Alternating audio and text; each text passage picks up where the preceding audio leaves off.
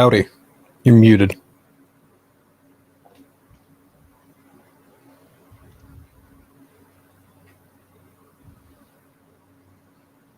You're muted on StreamYard. All right. There we go. Yeah, but it's defaulting back and forth. I'm trying to I think it's because there's something wrong with the cord. Can you hear me now? Yes. Mhm. Hey, welcome to another American Foundation of Suicide Prevention watch along party. This is a longer one because it's a part 1 and part 2. It's going to be about 2 hours and 40 minutes. And then you can kind of hear there's a massive car show happening right outside my door. So we're kind of busy. So we're going to go right into it. Brad will be along here pretty soon to help run it. And then not too long after that, around 5:30 or so, we're going to do Scary Movie 3, which is another leg of it was part of getting to our goal, I think, of 7,500 that day or 7,000. I'm not real sure what the. I think it was 8,000.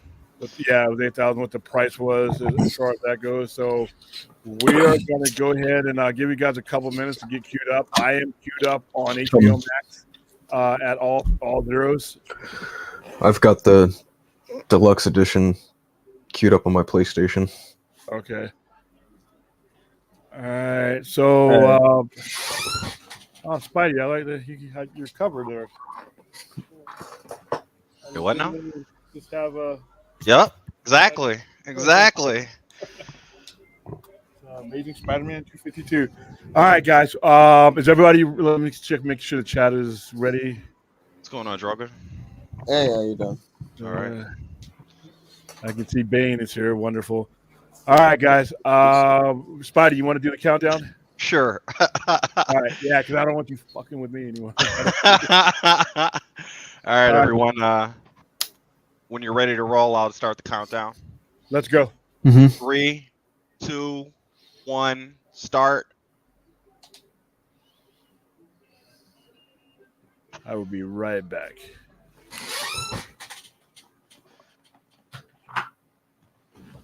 So do you have the Warner Premiere logo? Is that what you Yes. get first? Okay, yeah. Same. DC Comics Entertainment.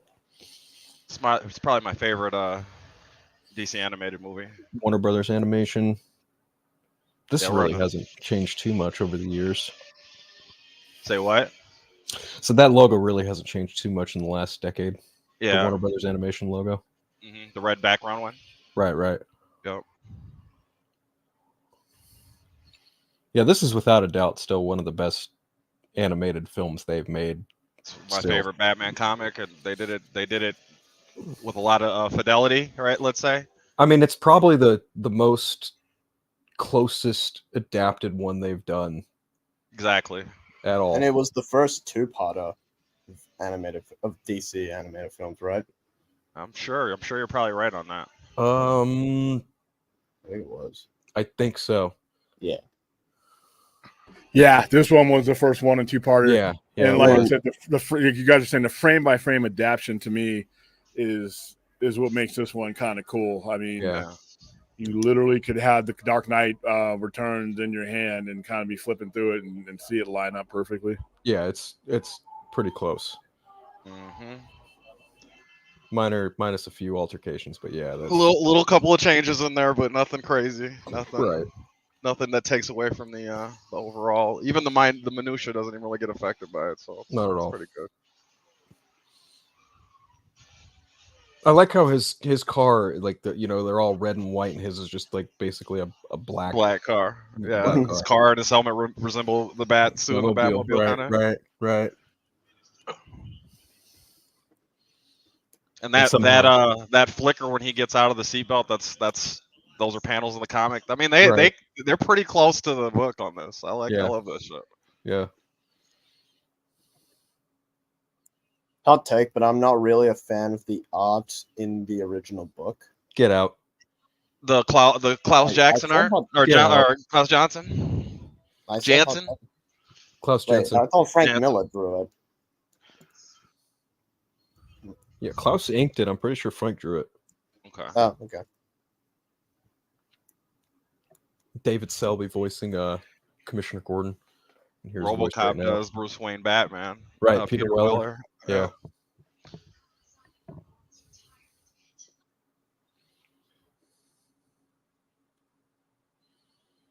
Yeah, if you let her flip through the book, this is just like the news panel pages, damn near.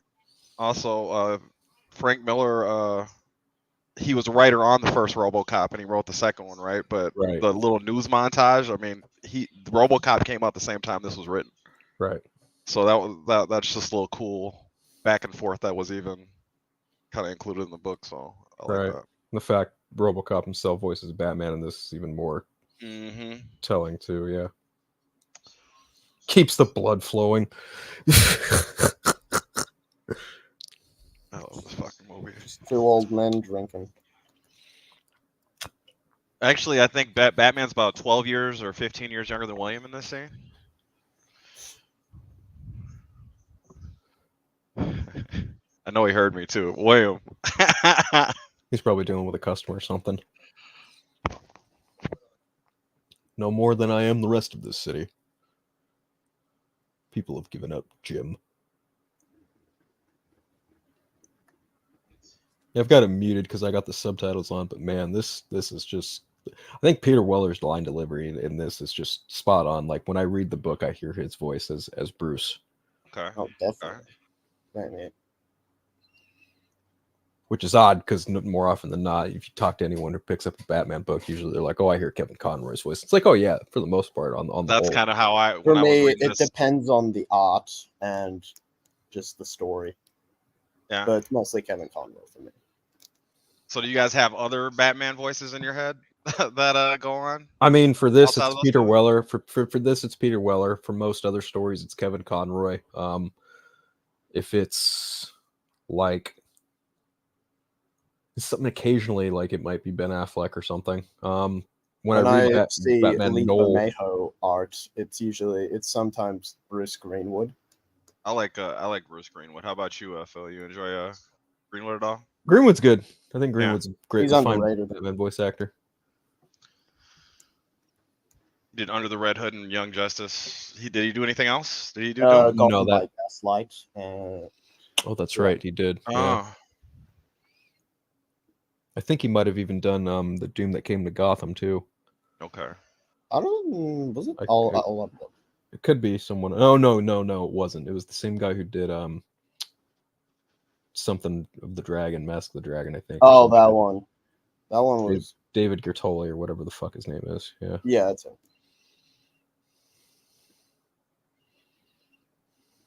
I like how he's just walking through the city completely unfazed by anything going on. That's what I'm saying. And that's why the same reason that you're pointing that out is the same reason the punks are going to be scared of him when they try to walk up on him. Right. He's too unfazed for them to fuck with him. Like, he just doesn't, because that's the point of the book. Like, he's so old and he just doesn't give a fuck anymore. He's just past the point of caring. Matter of fact, I think this is Crime Alley. Like, this is where it happened. Yep. Yeah. What's going on, fourth Slipknot? He's just having some fucking bad PTSD right now, too. Got Ruthie in the chat, too. Hey, Ruthie. What if Ben Affleck had a mustache in the beginning of BBS? I don't know. That could have been cool. It would have been a little bit different, I guess, story because he's what, in his 40s? 45. He was about 43 or 44 when he got cast. By the time the movie came out, he was about 46. Mm-hmm. So I mean, is Bruce in his 40s in that, or is he in his 50s in that? I feel like he's in his 40s in that movie. And okay, so in BVS, I think Snyder said he was about 46 because his Batman's been around for about 20 years, which means he started operating at about 25, 26. And then this story, he's about 56, I think is what Miller said. Well, in the beginning of the movie here, it's 55. I think it goes over the course of a couple months. Though, right? Yeah, right. It's even more shocking is Alfred's still alive too. Right. No, yeah. Now, Thomas Wayne, I don't know if you guys know this, was actually voiced by Bruce Timm. Oh, okay. Oh. He usually does smaller, very, very tiny 1-2 line roles in a lot of this stuff. Like he was the Riddler in Under the Red Hood.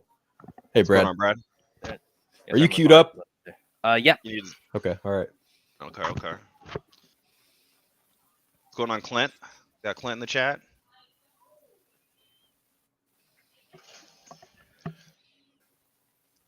We're at the part, Brad, where he's in the Batcave, not realizing his changes are going on. Let's say. Okay. Just turn the light on. Changing. And of course, the one thing he pulls the sheet off of is the Robin suit. Never again. No. Very And this was much. 2 years before the Jason Todd was even Robin. 3. It was so 88. Dark Knight Returns came out in 86. Jason Todd died in 88. Okay. And William played a part in that. Jason Todd was made Robin in 1983. Yeah, because he stole some. He was stealing from the Batmobile. So, but right. It was 458, I think.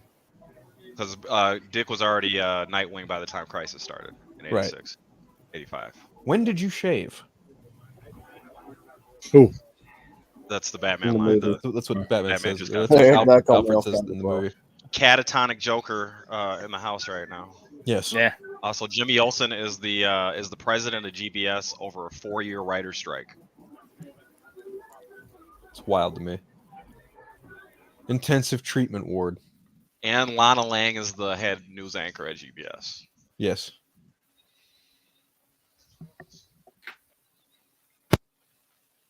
Guy doesn't even sweat. Look at him. You look at him. He makes me sick. This is the villain from Lost. Is the voice of the Joker. Michael Emerson. Yeah, Michael Emerson. Great. He did a great job. Wasn't he on Arrow as well? I think he was. Yeah. I don't know. Did he do the voice on Young Justice for Joker as well? No, that was Brent Spiner. Yeah. Oh, okay. That episode where the Injustice League or Legion of Doom was working together to control like Ivy's plant thing, and that was a great episode. Yeah, Brent Spiner did a really solid job. Now, Brad, go ahead. Here's what I love: like Walper, you are not meant to like Walper, and I think the line delivery of his character is just spot on, perfect. Like you are not supposed to like him, and I do not like him, but I think that's the point, and it's great. And if I'm not mistaken, I think it's Wade Williams who voices Harvey Dent in this. Yeah, I want to pull Wade Williams from what? Where do I know him from? Wade Williams is in Prison Break. He's also Black Mask and Under the Red Hood. Okay. I could be wrong. I think it's Wade Williams, but I'm not 100% on that. And I also find it really ironic that Walper's wearing a Superman shirt, but it is Wade Williams? Yeah, that's what I thought. Yeah. Like, I find it ironic that Walper's wearing a Superman shirt, but he hates Batman. But then again, like, given how his character operates, it makes a lot of sense. So Phil, skipping to the next story, do you feel that Ronald Reagan was really Ronald Reagan in this story, or do you think it was Lex 100%. No, it's 100%. Ronald Reagan? Ronald Reagan. Actor? He's been waiting to say that. It was Vice President Gary Lewis. That's his tagline. He always says that. It's an actor shit. So was Lex Luthor controlling Ronald Reagan at this time, do you think? No, I don't think so. I think Lex Luthor was in the same boat Bruce Wayne was. I think he didn't really give much of a shit about anything anymore. But then again, it's hard. It's hard running to tell. Everything. He's been running everything for quite a while on DKSA. Like he has holographic presidents and everything. Oh, that's right. He is Dark Knight Strikes Again. That's what I'm trying to say. Yeah, that's the story that I skip over a lot. In my mind, it's Dark Knight Returns and Master Race. Those are the two that I don't hate the second one. The art is kind of bad, but I don't hate the story. The story's alright. Because Strikes Again wasn't really quite as warmly received as Dark Knight Returns. Right. Hot take, but I also have never read the sequels to Dark Knight Returns. Master Race is worth it. And if you want sheer curiosity, then read Strikes Again. But Strikes Again has a very big twist regarding the Joker that a lot of people are like, eh. Doesn't Dick Grayson become the Joker? Yeah. Oh. An immortal type of Joker, like a regenerative. It's such a take. Hey, what happens to Batgirl, like Barbara Gordon in the universe? Because she's in All-Star Batman and Robin. All Stars takes place before this, but it was written quite a time after. Yes. It takes place probably within 15 years before this. Oh, this okay. So people complained about the inner monologue work in this, and I actually really like it. I do too, because you have four inner monologues going on at the same time, and it's helpful that you're getting at least some of it, especially Batman's. Right. Yeah. The one just before he puts the suit back on, where the bat's crashing through the window. That's probably the best one. That's this one. That's where we're at right now. That's where we're at right now. That's where we're at. Yeah. Where he's having the flashback to the Mark of Zorro, and pearls falling. Which that was a touch I really appreciated in BBS was even though they're coming out of Excalibur, but you could see the Mark of Zorro poster behind them. Yeah. His PTSD is really kicking in here now. For people who have not read the book, this version of the events is pretty much out of the book, is lifted from. It's straight up out of the book. It is. Even young Bruce in BVS has the same haircut. Yeah. No. Yeah, that kid does that, and they picked I need to look up his name. But, okay, so this is the part William's talking about right now. Where the time has come, and then you get a really heavy guitar riff, and then the bat crashes right through the window. It's so bad. It's so good. I can just hear it now. Yeah. Oh, yeah. Oh, yeah. Chicken legs, licking shags. When people ask me, how do you view Batman in the real world? I go, this movie. Like this right here. When you see Batman like do business in the opening scene here, where he's just this creep right here, where Batman just tears him through the door. It's like, yep, that's Batman. So Christopher Drake did the song on this. He did Batman music on Arkham Origins. He did Arkham Origins. Christopher Drake is one of the most underrated Batman composers. He's a great Batman. He gets Batman. So this song right now is great. Yes, 100%. This is right out of the book. This is all right out of the book right here. This is so fucking good. So much of this is like pulled, like the imagery is pulled so perfectly from the Dark Knight Returns and Fort says give J. Oliva's like, if you talk about like guys who've directed a lot of the DC anime movies, I mean he's one of the just like the upper echelon. He's I mean, obviously a lot of people know him in the mainstream for his storyboard work on. They're gonna mess with me, crack. Yeah. Oh my god! Yeah. I like how he just tears through the top of the taxi and just starts beating the piss out of this guy. Oh, that's my Batman. This is my Batman. Yeah, and he just takes the money and tears it. Forth's idea was have Axel come up with Adam West, or this Batman is an Adam West time.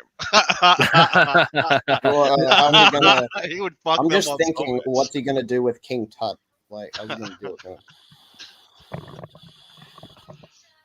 I like how close they got Carrie too. Like Carrie, spot on. Well, that's another thing. I have a little bit of a fan theory about because Zach has mentioned he did want to delve into Carrie. Isn't she that young girl in The Nightmare? Yeah. That's. But I have this theory that, of course, you have the Batfleck versus Deathstroke movie in between JL 1 and 2. So I always had this theory that what if they did a little bit of a retcon where Carrie Kelly was Batgirl for that. I mean, that could have been interesting. She's Batwoman on. She's Catwoman or Catgirl and Batwoman on the sequels. Right. Hold on, guys. Oh, this scene is so fucking good, man.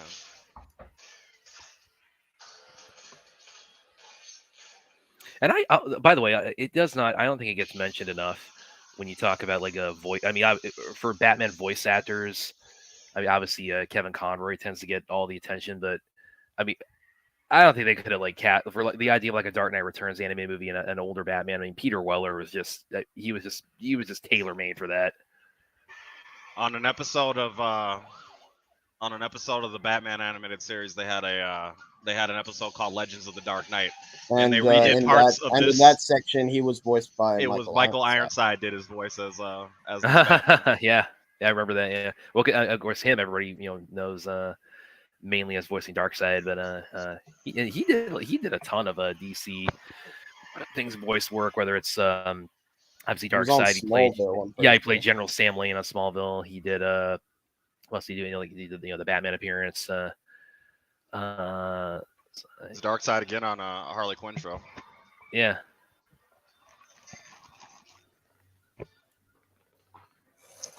Okay, so I think John Glover's probably the person that's been in the most different DC shit, though, huh? There's the shot from the Snyder movie right there. Right. Oh yeah. Oh, it's the cover shot on the collected edition. The mutant he threw into the sign. There's no way that guy lived. Yeah. There's absolutely no way that guy lived. There's no way. I love the shot where it's just the lighting flickering and he just turns. Yeah. When I saw that in the BBS trailer, I was like, "Oh, I can't believe they actually are going to do this in live action." And same thing when I first saw this. It's like because it's just such a you can play with the context of it so many different ways, but it's like Batman just leaping into action with a lightning cracking behind him. It's like it's just such a fuck yeah moment with Batman. Yeah. So this scene where they're going into the abandoned condos here, it's a lot of this is in BVS, from the cops coming in here to the fear of the and then there's even parts of it in the warehouse fight, like where he comes to the ground and these men are mine. Yeah, I meant away from second film. We talk. Obviously, as far as Batman voice actors, obviously Kevin Conroy tends to be the best known, gets the most credit. I mean, as he should, because he's phenomenal. I got Ford's thing wrong.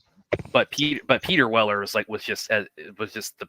I don't think they for the voice of the older Batman in the animated Dark Knight Returns. I mean, I don't think they could have gotten a better Batman voice than Peter Weller.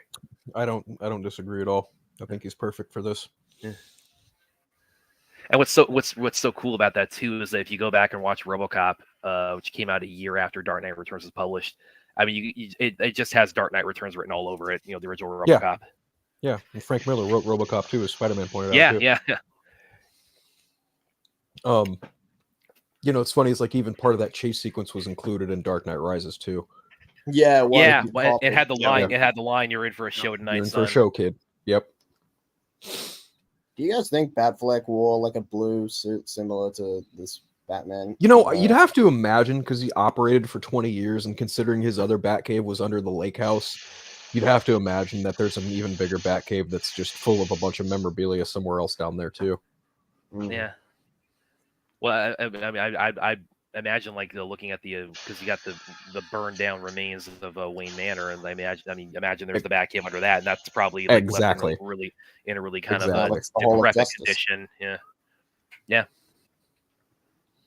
Someone needs to do fan art of that, like the Hall of Justice with that. Or maybe they should just make a fucking comic book for the sequel. Yeah. That's what they should do. I don't know who here does fan art that we can name. There's plenty of artists. I mean, they did a whole Project Justice League for it, so why not them, right? Anybody on the stream tonight who does fan art that we can think of? No. No. Okay. You don't draw, Brad? I don't draw well. My skills with stick figures. Just make some. Brad writes. Yeah. My dad actually is a fine arts master, so he actually. I like how the goon here is just so terrified when he sees Batman. He doesn't even bother pulling the trigger. He's just like, "Oh fuck." Yeah.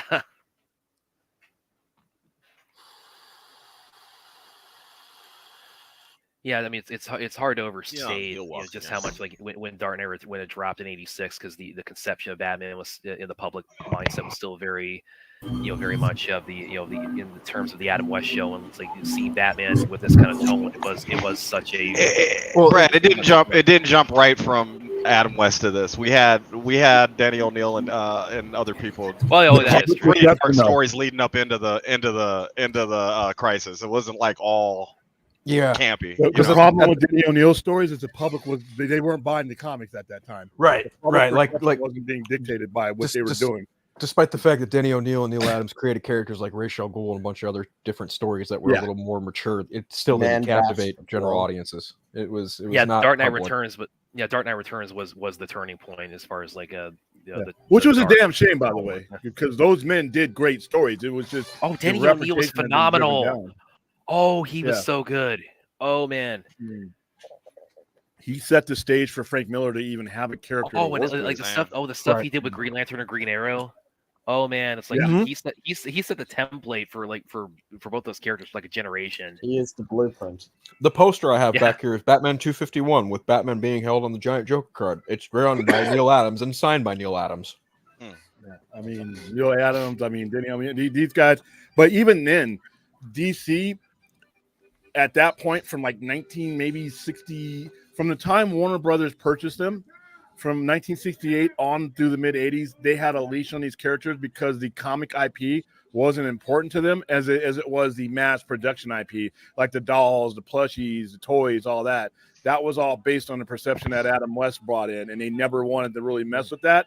And even O'Neill and Adam, they were I don't want to say a leash because they were able to do a lot, but they weren't completely as free as Frank Miller. For instance, their suit was blue and gray, like Adam West's suit. It was just modernized for the time. Yeah, and it's and like I said, that's why that Daredevil run that Frank Miller did. Mm-hmm. That's probably one of the most important runs in comics because it opened the door for that guy to walk into whatever he wanted to under his own terms. Yeah, I totally agree. It gave Frank Miller the clout to basically be like, I can do whatever I want. Yeah. Because look at Daredevil sales before 168. Trust me, you probably, if you were a kid in that era, your gifts were probably wrapped in Daredevil because that's what they were worth. I'm serious. That's cruel, man. Yeah, the truth. Prior to Frank Miller's run on Daredevil, that was a comic that was considered for cancellation. Same thing with X-Men. X-Men had been canceled after X-Men's 67 to 93 or 94. It was reruns. It was reprints while they were deciding what they were going to do with it. And then here comes Jim Lee. A few Claremont a couple months after they relaunched the title. Chris Claremont, yeah, you're right. So, like I said, if there's a Mount Rushmore in comics, it has to have those two guys on it. Well, all of what you just laid out there, I mean, it's pretty. That captures a lot of why Zach is such a big fan of Frank Miller. Which I think in every interview he's given, I mean, I don't know if there's one thing I don't think Zach could possibly be any more clear of is that he's a massive Frank Miller fan. All of us in that, and like I said, he's 58. I mean, he's a Gen Xer. If you're a Gen Xer, your comic book, your comic book collecting was shaped by a lot by these two guys. By the mid '80s, in the mid '80s specifically, yeah. Because even if you weren't reading a Chris Claremont book, you were probably reading a book that existed because of him. New Mutants and X Factor don't exist without the X-Men doing what it is. Right. A lot of these characters that got created, Deadpool, all these characters that are around now, they don't look at this too. It's like this would probably like ruffle some feathers today, where he's terrorizing the dude on the crutches. Dude did it to himself. Dude, right? the problem is so many Batman fans want him to act like he needs to hit these criminals with pillows. Yeah, and they think he needs to be nice when he intimidates them. It's like, no. Like I said, he said he'd save him. He said he'd save him. Dude broke his probation and went back to the scene of a crime or the hideout. So I mean, he was not in the right. Right. He did that to himself. I mean, you got to watch what happened. If you just see what happened, Batman didn't do shit except for offer him a ride to the hospital as long as he cooperated with him. That's it. Yeah. What's the timestamp? Because I actually hit it pause. I got you, William. Give me a sec. Negative 50-17. Negative 50-15. Okay. So everyone knows. Hit it. Everybody knows. Yeah. We don't think about that in the context of DC anymore.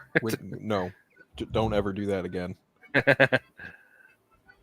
So just a second ago when Alfred was prepping Batman for the night there, a little gag that's in the book all throughout the book is Batman has a red bat phone. We were just talking about the Adam West Batman. Yeah, little callbacks to all the like this.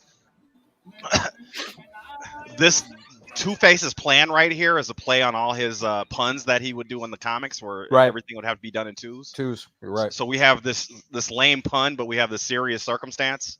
So I always like that. I always like those little subtleties that he was messing with the character. So if you kind of understand what we were just talking about, if you understand what was coming before and what was after, you'll even see them draw or poke fun at or reference little things from the past. You could make the debate that Batman Forever took its Two-Face puns from this. Okay. Yeah, I could see that. In my headcanon in the Snyderverse, Harvey Dent his face is fixed, but not his mind. So are we past the point of him being Two-Face, or is he not still my headcanon? Because why else would Batman say how many good guys are left, how many stayed that way? Who else would he be referencing? Well, I mean, as in his face is fixed, but not him. But it's like his mind again. How many good guys are left? How many stayed that way? Why would Two-Face not be a villain at that point? I'm sure he is still a villain. Well, yeah, but it's if his face is repaired, I mean, that kind of like he's kind of removing a lot of his own sort of motivation at that point, because it's sort of built around his grudge against Batman for not saving him, and of course the brain damage that inflicted upon him, and his face is so deformed anyway. I don't even know how you fix that. So. Like you can't sit here and tell me when you've already got someone like Jared Leto running around as the Joker, and the other villain in the Batman movie would have been the Riddler, because that was supposed to be part of the Injustice League. Yeah, you can't sit here and tell me Two-Face wasn't a villain. Like he for sure. Two-Face is actually one of the biggest gangsters in Gotham City. So yeah, 100%. The Joker, Two-Face, Two-Face, and the Penguin run Gotham pretty much between the three. And yes, as Andre points out, yes, we are watching an epic movie. So this scene obviously was referenced in BVS. I mean, the gun is used differently, but the shot, of course, is a reference to this. 100%. And this is exactly the same in the comic, how his suit tears and everything. Yeah.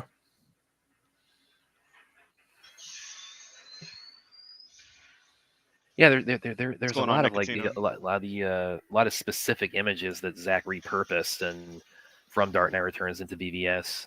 Oh yeah, and again, not just the lightning bolt one, but the one coming up here pretty soon was when he was tracking the kryptonite from Lex Luthor. Yeah. When he uses the rifle. Yeah. Also, I like that you see him retrofit and reverse engineer his enemies' weapons. So he has Two-Face freeze capsules and fear toxin from Scarecrow. Yep. And he uses it to an excellent extent. You know, I love this shit. Okay, is anyone under the impression that Jeff Loeb read this book and was like, "I want to do a villain with bandages on his face, but not have it be Two-Face"? As far as Hush goes, yeah. I don't know. So. Hush is strong in some aspects, and it's weak in other aspects. So I agree. The animation is just the animated one they made was terrible. And I was just talking about the book. I like the animated. I'm with you on the book. That's what I was referencing. Dark Victory is a better book, I think, but I agree. Dark Victory is actually a really underrated. I think, and I have to also say Dark Knight Returns, and by extension BVS. That's what really kind of solidified for me with like any either animated or live action Batman. That really kind of solidified for me. Yeah, I do kind of prefer the nubs for the bad years as opposed to the really long ones. So I mean, right now Batman's using his gadgets properly. We have the gas, the smoke grenade going on. That's actually fear gas, right? But later on, the cops are going to counter that in the fight, right? So you get to see him play it both ways. Like when he has the advantage and the disadvantage. Just put the link back up. It's actually tied to the top of the chat, but just remember that's a donation link. We are currently at 8,200. So anything we could, if any closer we can get during this and Brad's third favorite movie, Scary Movie 3, which is right after, that would be much appreciated. Fourth, to answer your question, the iteration of Robin becoming the Joker, Batman Beyond, Return of the Joker, correct. One of the best movies that William doesn't even know about because he's a hater. But Gotham takes place in Gotham 2039, has a real Blade Runner kind of vibes, but yeah, you would think with having Blade Runner vibes, it would be all over that. I tried to put him on. I was trying to point that out to him when we were watching Blade Runner, but he is so close-minded, Brad. You know what I'm saying? It's a cartoon. What am I close? I mean, what? Return of the Joker. I'm going to tell you that every week until you put it on. I deserve to have it played at this point because I'm consistent. I'm consistent. All right, yeah, Two-Face lied to you. What is he? The CEO of? No, I'm kidding. Yeah, Peter Weller plays this. To everybody else's point, he plays this fucking movie perfect. Oh God, if you haven't seen him in interviews, he's the coolest old dude in the world. 100%. Yeah. Okay, here's the shot coming up. Who, Willie? Also, Zach works with Jay Oliva on his animated projects with Netflix, right? So. Yeah, Jay Oliva also helped storyboard BVS too. Well, and man, he helped storyboard Man of Steel, BVS, that's right. Wonder Woman, and ZSJL. Right. Jay, he's showrunner and directed some episodes of both Army of the Dead, Las Vegas, and Twilight of the Gods, which of course Twilight of the Gods. Still waiting to hear news about all that. So that bit right there where he gets blasted in the chest, that's straight out of the book. Yep, how it tears up and you see the fucking. Yep. This is straight out of the book. All of this. Yeah. Oh man, such a good book. If you haven't read this book, gotta read it. Gotta read it. Now, is anyone surprised in wake of Batman vs Superman? There are a lot of other nerds out there who are like, Dark Knight Returns is overrated. It's like, okay, we know why you're saying that, but okay, sure. Well, this was an excellent, highly rated book before that movie was even a thought, right? Well, then imagine if Zach does actually get to make his, the 1-to-1 Dark Knight Returns that he's talking about. It's like that. Then it's like, are they going to really like turn on it?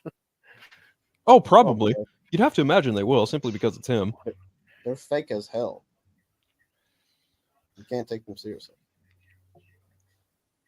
It's like after watching Watchmen, and you hear him talk about, yeah, I want to make Dark Knight Returns a 1-to-1 page to screen adaptation. I'm like, yeah, I have no qualm, no issue. He'd do it justice. There's no doubt in my mind about that. So, do you think that it would be remind me of the guy who plays Jameson Spider-Man? You think he'd be Gordon, or you think he'd go with a different Gordon? Oh, that'd be interesting. Yeah, well, that'd be interesting if he like brought back like his mainline cast and had them in these like flipped roles in the Dark Knight Returns. I think he's even. Would Carla Gugino be the older Catwoman? I think he said he wouldn't bring back anyone from that universe to play their characters. Ooh, so who would the Batman be in this case then? I'm guessing someone older. Yeah, okay. I think it might have been Film Junkie. I think he might have suggested, or somebody suggested on the vodka stream. What if they and especially in light of the Flash cameo, I bet Phil will get a laugh at this. If they brought back Clooney, but like made him like the Dark Knight Returns Batman, he got like a shot at some Batman redemption. Isn't George Clooney like 70? That'd be fucking hilarious. What that would be. Yeah, he's like early 60s now, I think. But I don't know if that even happened now, because he said it's like, yeah, that cameo, that's all I got left for you as far as Batman. There's Alan Moore Swamp Thing in the background when Gordon walked into the There's a store. few DC comics in the background. Yeah. It'll pan over soon, but you'll see a few more. Yeah, right there is. There's Watchmen right there too. Yeah, and I think there's that's Crisis right next to it. Mm-hmm. Yep. V for Vendetta, Sandman. And Sandman's up there. Yep. Yeah. Oh yeah. Sandman wasn't out when this book came out though, because Sandman came out what 89, 90. Something like that, yeah. No, the V for Vendetta's right there. We could watch that, huh? Yeah, be a cool watch along. You guys want to torture me with scary movies? So we gotta. I'm very curious to see what the animated Watchmen movie looks like. I haven't heard anything about it. I was asking about it last week. Animation, you can't do that. Are they going to draw it in the style of the Tomorrowverse, or is it going to be a different style? I hope not. I think it'll be different. I know. Is it going to be a multi-part, or is it going to be one movie? I know what the next multi-part animated movies are. Yeah, Phil. I can't say what they are. Yeah, Phil's got his ear to the ground on a few things like that. Are they comic related, or are they original? Comic. Okay. Are they? Man. What era? Can we talk era pre-post Crisis? Pre-post Infinite Crisis. Let's use that as I'm not confirming or denying either war. Is it Batman Beyond? No, it's not fucking wish. Man, that movie would have been perfect. Oh my gosh. I mean, at least he's gonna appear in Crisis Part 2. Yeah, that was a big nice. Will Friedle's still doing his voice as well, so it's the same voice actor. I thought that was cool.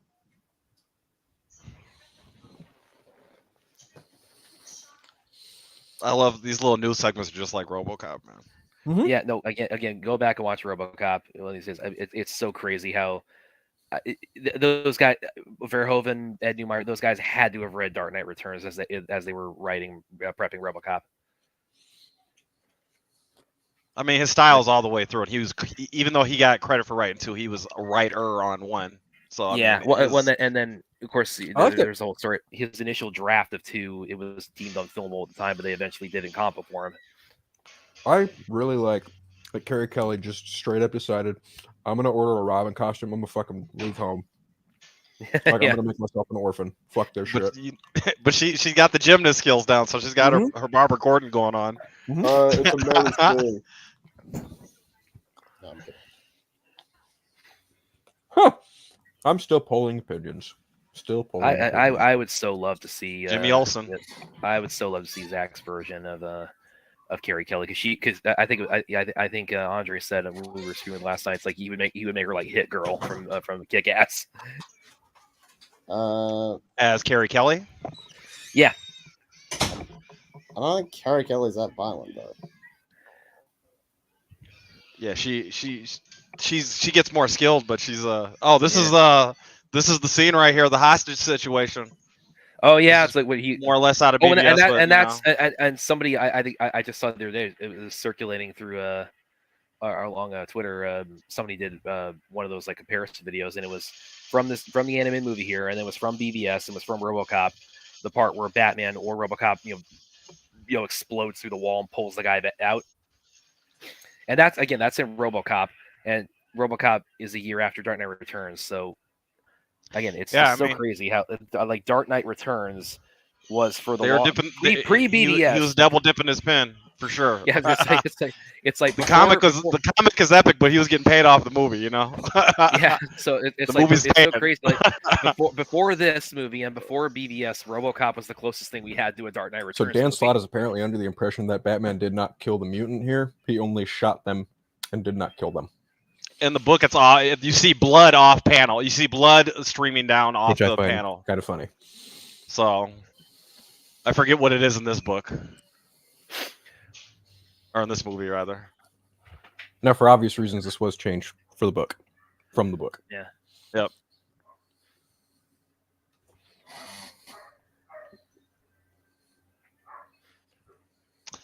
The whole Joker Tunnel of Love funhouse. Anybody, the whole Batman doesn't kill thing. He clearly runs over a vehicle when he's in the tank. I don't think that guy got up. So. Oh, Anthony. Rubber bullets, mostly. Anthony has a good one here. Question for the Nolan series: what comics did he get his influence from? That's you can actually. The first movie he got a little year one going on in there. Yeah, year one. I hear that, and I don't agree with that. I don't. The bats and the little thing when he was trying to escape. That's right out of year okay, one. I'm gonna read them off here. I'm gonna read them off because they're on each Wikipedia bit. So on for Batman Begins, his influences were Man Who Falls, Year One, and Long Halloween, which also Long Halloween became a big influence on the Batman. The Batman, and then the Dark Knight, a better one, a better version of that influence. And then the Dark Knight. My favorite Batman interrogations. Let me see. Where you got here? What's going on, Clint? Okay, it says for the Dark Knight, it says comic book influences included writer Frank Miller's 1980s works and the limited series Long Halloween. Yeah, Long Halloween. It's being used quite heavily for. So Batman Begins was year one. Dark Knight was Long Halloween, and also some Killing Joke, and a little bit of Killing Joke, right? And then Dark Knight Rises. That's the easiest one because that is that basically combines garbage out of the trash can. Is that the one? Yeah. Yeah, Dark Knight Rises. The story from out of the trash, right? Yeah. Dark Knight Rises is Dark Knight Returns, Nightfall, and No Man's Land. Yeah. Yeah. And how's it going? No Man's Land for the Island, the Bane story for Nightfall, and some of the Dark Knight Returns. Dark Knight Returns for him returning after being retired for years. Right. Man, I had to spend money on this to watch this. Man, why would I spend money on that? What? You talking about renting Dark Knight Returns? I just pulled up on Max and I got Blu-rays of both Part 1, Part 2. I'm watching the deluxe edition right now. So when it gets to Part 2, I'm gonna have to pause when it goes to the black screen. Yeah, I never got the deluxe edition because when they initially released Part 1, Part 2, I just got them both. Individuals. See, I've got them both. I've got both in DVD form, but I've also got the deluxe edition in Blu-ray. So I lucked out.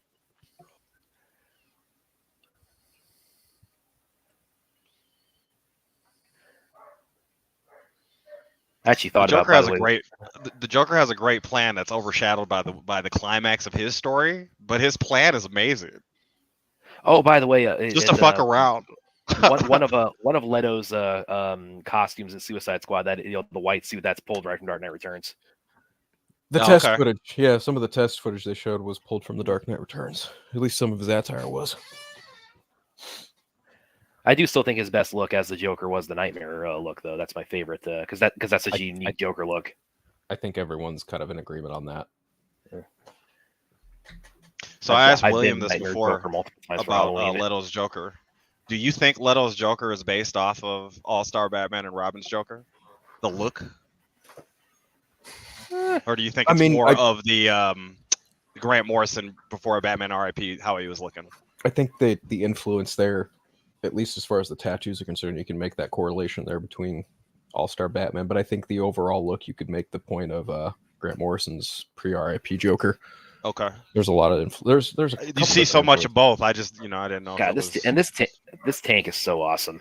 This is one of my favorite. It's so good. And then like when we got the tank, go ahead. Like Frank Miller just really went, fuck it, I'm gonna make Batman a military unit in this story, and it just so great. Yeah. And I remember when we first saw it, not even the movie, but it was in one of the trailers for Zack Snyder's Justice League. When I saw, holy shit, you got the tank in there. And then when I saw the movie, and I didn't even notice at first the mutants. They had them all tied up down below the tank there. I didn't even see that the first time. It's like, holy shit, man. That's a shot. That shot with him and the monocle coming down, that is straight out of the book. Mm-hmm. Yeah. This whole sequence, I would actually say, matter of fact, it is all the framing of how the tank's going down the hill and up the hill or whatever. Yep. All the of that way shit. The flares come down, the way some of the things they even say. Yeah. Oh my gosh. Like, you got to read the book. This is such a good adaptation. Surrender now or be destroyed. That is straight up dialogue from the book itself. Where are you at right now? Where Batman's in the tank. He's plowing the timestamp. Mutants. Yeah, the mutants are firing off on the back tank, right? Yeah. The mortars. He's about to say the rubber bullets. Very fruitlessly. 31.46 or 31.44 negative. And he in the book he has the line when he blasts off a couple times. He has like, oh, those guys are alive probably. Yeah. He's sardonic about everything. Yeah. That's crazy too, because when we saw that the tank, that's a great kick from Carrie. Carrie sliding down the hill, and then that's the same framing as the tank in the front. Robin bona fides here. Oh yeah. But when we first saw that tease of the tank at the end of ZSJL, I'm like, oh man, that's like that's what again. Look at the look on their faces when they see it coming. Right? Oh, yeah, those are guys like, we know we're horrified. We're about to get deep. And Christopher Drake's killing it with the score in the background. It's just good. It's a good scene, man. It's a good movie. It's everything powerful. Just seeing that tank, that first teaser, it's like, oh, I would love to see him like taking out parademons with that, and Brad, Anthony's got a couple for you. Oh yeah, sure. Pull them up. One of them is actually here for William. William, I was watching, I think it was John Campia yesterday. He was talking about Batman, and one of his co-hosts said, in one of the comics, Bruce says, I want to kill you like anything in my life when he's talking to Joker. I think he said, I want to kill you more than anything in my whole life. Oh, what was that from? Oh, fuck. That's a weird comment. And he's asking what Red Hood. John. I know what he's talking about too, because he says, and he doesn't. Well, he's probably said things to that effect multiple times. But he's quoting him though. It actually, that quote is from, because the Joker is actually wanting him to kill him. He's like, put us both out of our misery. That's what he says. In this for both of us. Oh, and I forgot I forgot what comic that is. Hold on, I'll figure it out. I'll find Rubber Bullets. Yeah. Now, all this shit's out of the book, man. The mutant leader, what he's about to say is straight out of the book too. Yeah, even the shot right here is right out of the fucking book. I mean, this is like perfect. Yeah, yeah. Jay Oliva just crushed it with this movie. More like Slay Oliva. Yeah, he slayed it. He slayed it. That's what he did. I call you coward. Come out and hear. What's that? A scratch? Man. I kill you. I eat your heart. And Batman's like, all right, boy, you want it? You'll get it. I mean, because he's at a point in his life. Can I really do this? Should I really be doing this? And Alfred's like, you seriously can't. And Batman's like, mm-hmm. It's the only way I'll know. He has to know, right? This book is the shit, dude.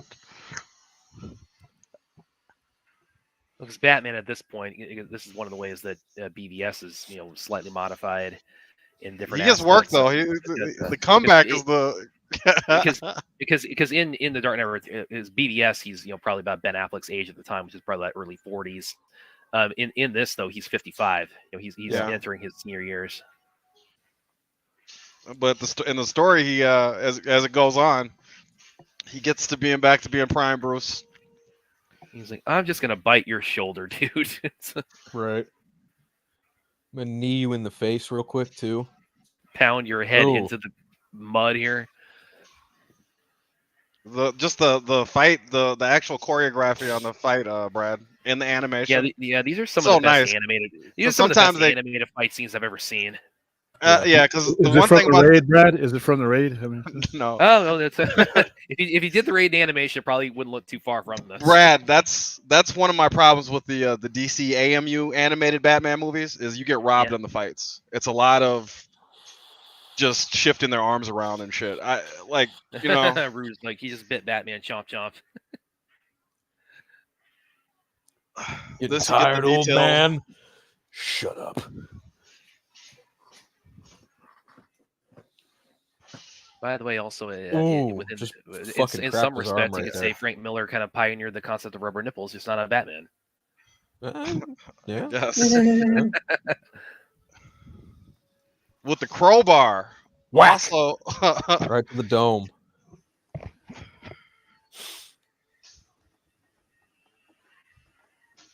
And he's not even using it effectively. Like, come on, dude. He's just stupid. He's an idiot. But he's using it effectively. He's about to stab him with it. But well, he's beating on an armored Kevlar helmet. Okay, you're right. You're right. It's really not going to have any real effect. That was one of my favorite ways they showed when he got shot in the head. The armor in BVS, the way that it's flexible, but also it's very strong. As when in the warehouse fight, the one guy like shoots him point blank in the head, but it deflects a bullet. Right. Okay. They kind of played at that a little bit in the Riddler. Did someone just suffocate? Is this guy okay?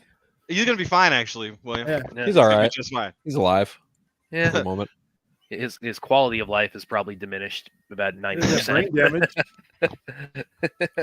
I would even say that even some of Bane's look is kind of influenced by the mutant leader here. I would agree. I would agree. Well, I'd say Bane from the Dark Knight Rises is more like inspired by the Heretic. Well, the first Bane and Batman fight in Dark Knight Rises, I've always taken as like that movie's equivalent of the mud pit fight that Batman and the mutant leader have. You talking about the fight in the Batcave? No, in kind of the underneath of a Wayne like aerospace. When he gets trapped in there and they're on the catwalk, and they have all the League of Shadows. I guys watching. Oh, to me, that's I believe we're watching. Yeah, we're watching something based on a classic, and you guys are bringing up Bane. Well, he's just pointing out that there's some similarities that seen from inspiration. You know what else is a classic though, William? Is Batman Beyond Return of the Joker. It's like one of the greatest Warner Brother animations. And scary. Ruth. Oh God, Ruth has a good one here. She says this looks like the Jake fight is gonna go down. Dude, Jake Paul is gonna get rocked into a coma with Mike Tyson. Like, not even it'd be cool to fight somebody who was actually a boxer in their time. They need to call this fight off. I'm starting to get more worried. Yeah, this has got to be some kind of publicity stunt, or that you can't possibly tell me that they're going to this with the idea like this is a title fight. One of us is gonna knock the other guy out because if that's they're not doing it for public. I mean, they're not doing it for a title. It's specifically for publicity. I mean, these are YouTubers that are boxing old legends and shit and athletes and shit for clicks. Like I said, all it takes is one flashback, one hey, you know what, I'm feeling it again moment in the ring, and you get 88 Tyson back.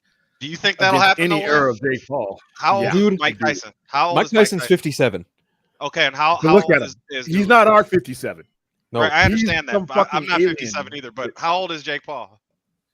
He's like my age or some shit. I don't know. So he's got to have a little more air in him than Mike Tyson has air in him. And I'm sorry, he just doesn't have that. Mike Tyson, I don't know. But reality is like he's 57. Come on, that's he's Jake Paul's 27. And I saw a training. Yeah, his training video. He's fast as fuck. Jake Paul doesn't stand a chance.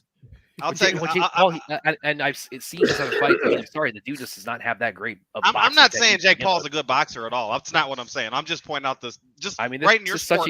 Oh, there's no doubt. The kid's in his prime, but he's gonna get fucking murdered. Like, if you were fighting, I mean, I understand you have longer training than Jake Paul does, but if you were fighting somebody, let's say you're a few years younger, and you're fighting somebody like a little younger than William, like 68, 69. Then... Okay, so this shot here of the cave, you get the giant penny, you get the fucking T-Rex, all this shit. Beautiful. Are they still riding to the Batcave when you guys are? They are. He's in now. the cave. He's in the cave. They're in the now. cave now. He's about to remind himself of the promise. The big penny and all that stuff in there. Yep. Yeah, Jake Paul's. Yeah, ice.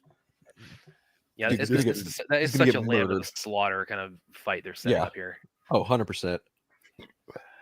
I'm like, you say 58-year-old man, and you think normal circumstances, and then I saw this morning they had a video on ESPN of Mike training, and I'm like, yeah, it's over. It's over for Paul. I'm sorry. Like, it's Paul over. I hope he doesn't try to trash talk or get into it. I get what you're trying to do there, Axel. I get what you're trying to do. They didn't laugh, but ha ha ha! I get it. I know what you're saying. I get it. To find his strength. He's torn everything off: the suit, the belt, the gloves. All bites of it. his finger. He bites the finger off his outside of the book. All this shit's out of the book, man. Yep. I'd hope so.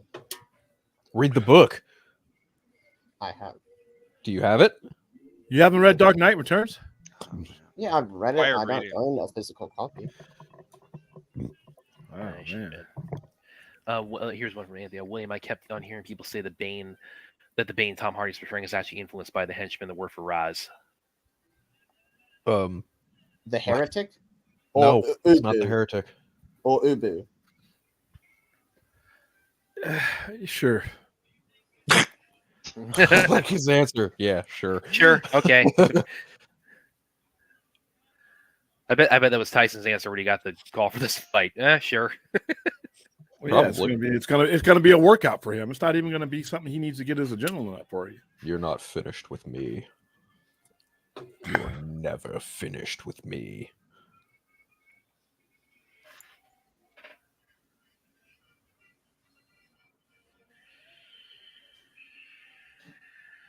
Actually, I think this is probably where Batman Forever got the whole imagery of the bat in the cave that meets young Bruce. Yes, that shot specifically is straight up in Batman Forever, of the bat flying towards him. That is straight up from this book. Yeah. Anthony says we're talking about Mike Tyson again, boxing. Father Time catches up with him very quickly. Mike sees him training like he did against Roy Jones because it doesn't matter though. Okay. Father Time. Look at not going to help. Age Paul. does matter, guys. Come on. I get he's Mike Tyson. I'm the world's biggest Mike Tyson fan, and I don't think Jake Paul's a great fighter.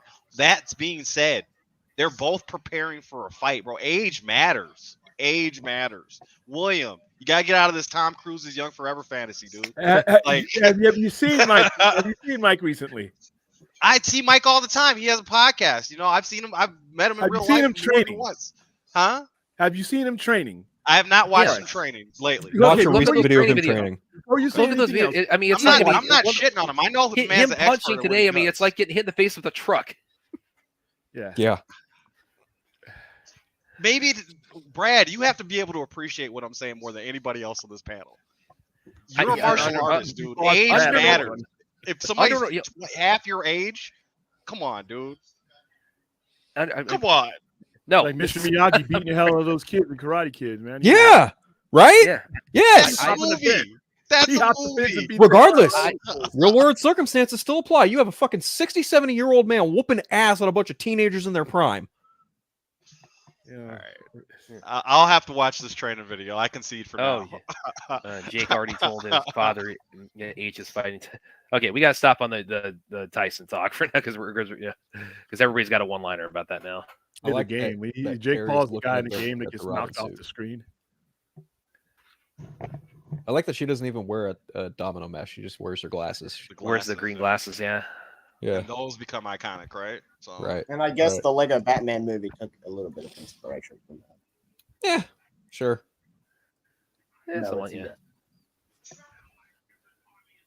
Most suffered from bullet and shrapnel wounds. Yeah, but he's totally okay. Bullets. So Batman uses the prison rules and mentality to take over the city. You know what I'm saying, and restore order. We will come for our leader. We will kill Gordon. We will raise Gotham and taste its blood. Prepare for war. Bro, you've never seen war. Calm down.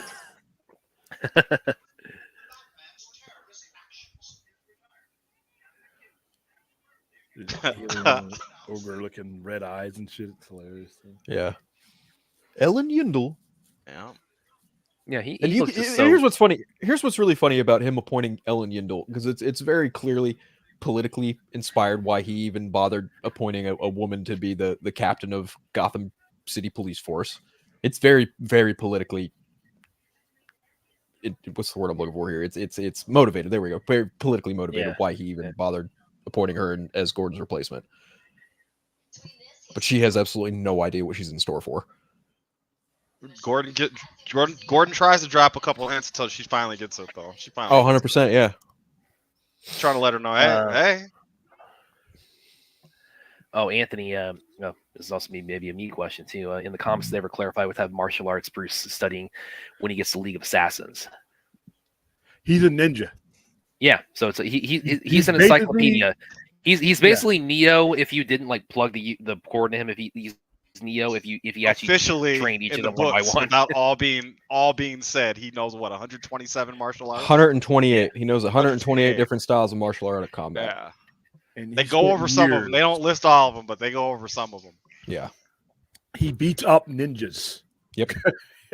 Yeah, he makes them look cool. Exactly. Oh, he doesn't just beat them up. He clowns the fuck out of them. Yeah, he beats up multiple. One ninja should be enough to take out a lot. Batman takes on and defeats multiple ninjas all at once. That know his secrets. Ninjas that know where he's going to be and where he hides. Okay. I want to see this in live action. I want to see that bloody ass mutant leader murdering the mayor's head off. I want to see that. I legitimately want to see that done in live action. That's what I want to see. Fourth. I don't know if you're being facetious, but Bruno is actually a transsexual character in the book, buddy. So God, imagine if Zach had that character in BBS. I don't know how anti-feminist he is, but yeah. I knew exactly what I was doing. Tried to match his savagery.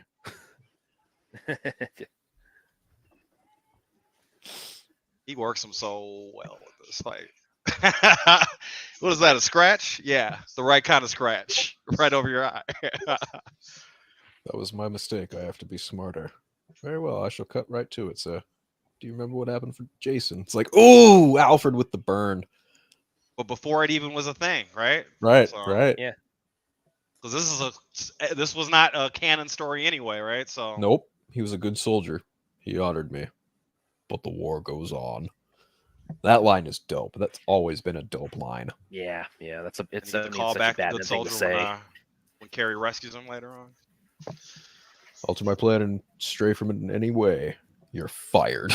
In this relationship he has with Carrie, I think that's why you see later on that Frank writes the relationship between Dick Grayson and Batman so bad in the Dark Knight All-Star Batman, All-Star Batman and Robin, right? Because it's got to get us to the point of DKSA, but it also has to show that he doesn't treat her like he treats the other Robins that you've seen in the past when they're jumping on. He injures the ninjas. I don't remember which one it is, but Bruce Timm also voices one of those goons too. I think it's Rob. It's the one he voices. Yeah, I think so. Looking chigs, slice and dice. All right, Ruth. That's pretty lame when he injures the ninjas. You gotta pull that one up, Brad. It's terrible. No, I thought it was pretty good. I think that's pretty awesome. Batman injures the ninjas. That's terrible. No, Ruth. Don't listen to Spider-Man. That one was awesome. That's a mic drop there, Ruth.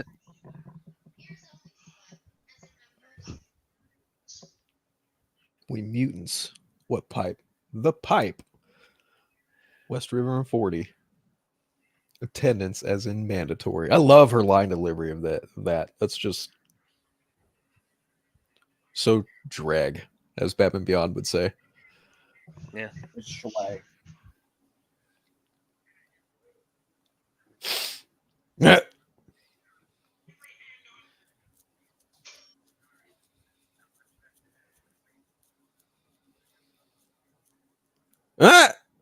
You're a few days early, Captain.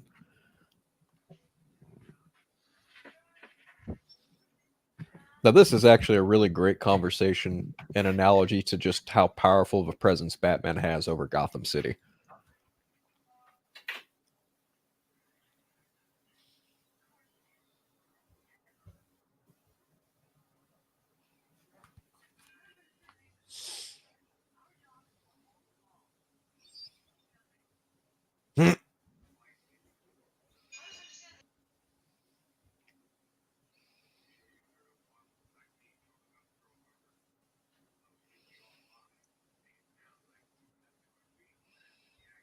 Now, if I'm not mistaken, his wife in this story is Sarah Eisen. Sarah Essen. Yep, Sarah Essen. It's a continuation from the story set up in year 1. Year 1, right? Which DC made year 1 the canon origin of Batman all the way up until New 52. Right. After it was made, even though this doesn't count. Goofy shit. That's that crisis. They don't want to get rid of Batman's story, but they want to have their crisis, and they want to shuffle shit around and throw it upside down. Sure. And now we're back to having a crisis every year, so that's cool. Not like Flashpoint helped any. No, it just goes ever since then. It's like 3 years, 2 years, like 1 year now. It's crazy. Yeah.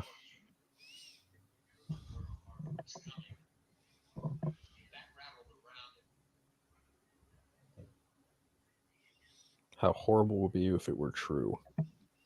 Then again, it's what got us into the war. It's not wrong.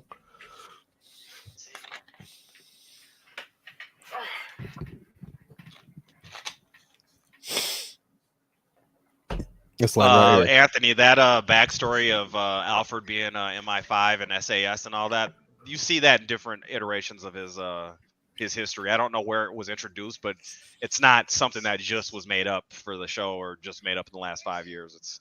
It's something they've hinted at for quite some time, and then they've kind of solidified it in different runs. But it's also an amorphous backstory, so he can, if the writer needs to have him there when he's a child or have him show up later on or whatever, then he can be there. So I want them there. They got some movie. I think Aaron has some movie recommendations there in the chat, Brad. Okay, let me mentioning Batman card, Bad Blood. Bad Blood. Well, Batman Ninja is also really awesome. Yeah. What about Batman Gotham Knight? About Gotham Knight's decent. What about Under the Red Hood though? Come on, guys. Under the Red Hood's great. Well, Gotham Knight, that was the anime that anime anthology. It was supposed to be in between. Begins in Dark Knight. Yeah. Dark Knight. Yeah. And Kevin Conroy voices Batman in all 6 of those stories. Yeah, well, and Nolan kind of he sort of took a bit of an arm's length approach on that because it was officially marketed as an interquel between Batman Begins and Dark Knight. Killer Croc kind of too fantastical. Nolan kind of says like, it's canon if you want it to be. Yeah, because they don't even really use too many fantastical characters. The farthest they go with that is, I believe, Killer Croc. Yeah. But the Deadshot part is so beautiful. Gangs and Deadshot. I really love the one where he showed us him going to India and doing training there. The training to deal with pain. Yeah. That's a good. That's actually a good one. That's a really good kind of introspective. Well, because it has where he like learns how to like walk on hot coals, and his guru tells him it's like being caught in the rain. It's just kind of an annoyance. And he learns to control and compartmentalize his pain. All right, we're coming out the pipe right now. Batman. Oh yeah, here we go. Completely I love this this dude up in the best way possible. Because he's the surgeon, and you're on his operating table. Let's get ready to rumble. He fucks him up so good in this scene. Yeah, like I said, one of the best animated fights he's ever. Probably the best Batman animated fight I've ever seen. This is one of the best Batman fights in his history. Period. Bar none. For sure. Oh yeah, hell yeah! Animated live action. Come on. Yeah. Because he describes how he's kicking this motherfucker's ass. He's like, I just cut above your eyes, or nerve in your deltoid, and yeah. And, son, show me. Well, and the cool thing about it too, because of course it's hard to play out fight scenes in comic book form to make them as elongated as they would cinematically. So the fight scenes, look at the trades. Just look at the trades of the blows. Yeah, so they really build upon all the fights in the comic. Here's the movie, just so the spinning kick come out, bang!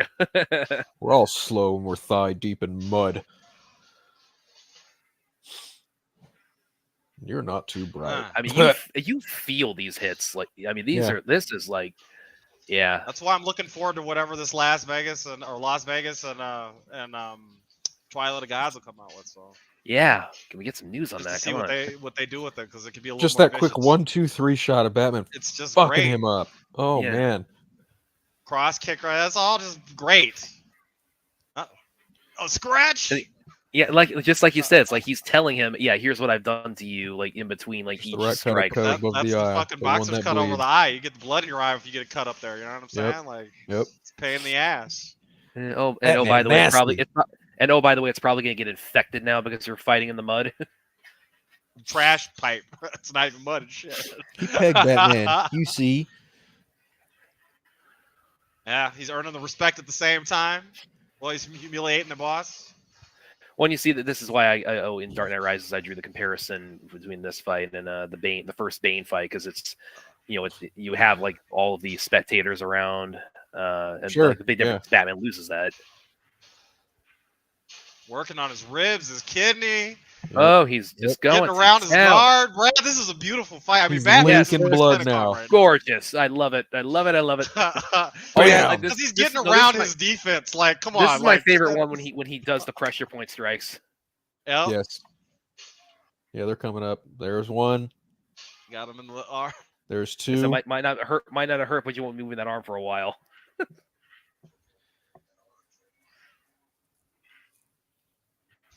He's Goes like, with the kick, "Oh, though. He's shit." got a couple kicks in on him, Oh, sure. Worked him with the one hand. Knees him in the face. I mean,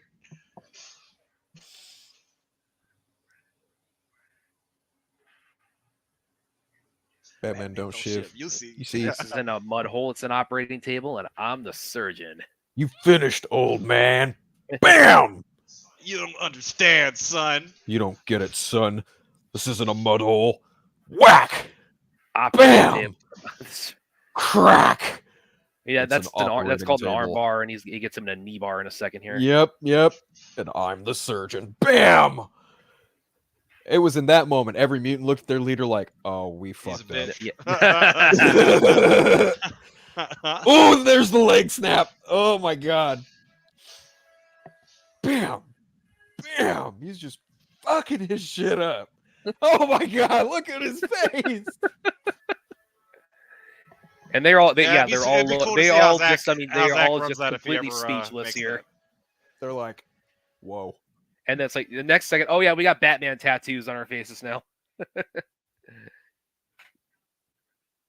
He just smiles.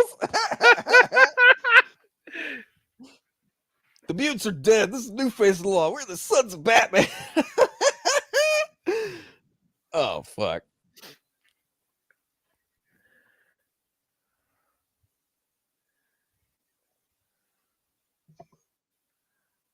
He's on the red phone. He's on the red phone. I'm telling you. Brad knows I love my continuity, so I pick up on a little shit like that. Oh, come on, Gordon. You're going to leave a half-eaten donut there on the table? What the fuck's wrong with you? And you call yourself a cop. Cops finish their donuts, damn it. Well, I guess he's not a cop anymore, so I guess it doesn't really matter. Yeah, so it's yeah. We have side. He's been waiting. No different donut house, And he doesn't even look back. That's a man of real integrity right there. He's like, I know when I'm done, and I'm done. Phil, you were talking about Sarah Essen, excuse me. Yeah. They're gonna show the picture of the animated the year one version of Gordon and Sarah in his. Oh, that's right. Yeah, you're right. So they'll actually show it. In the book, I don't think it was like that, but in this they're gonna show that.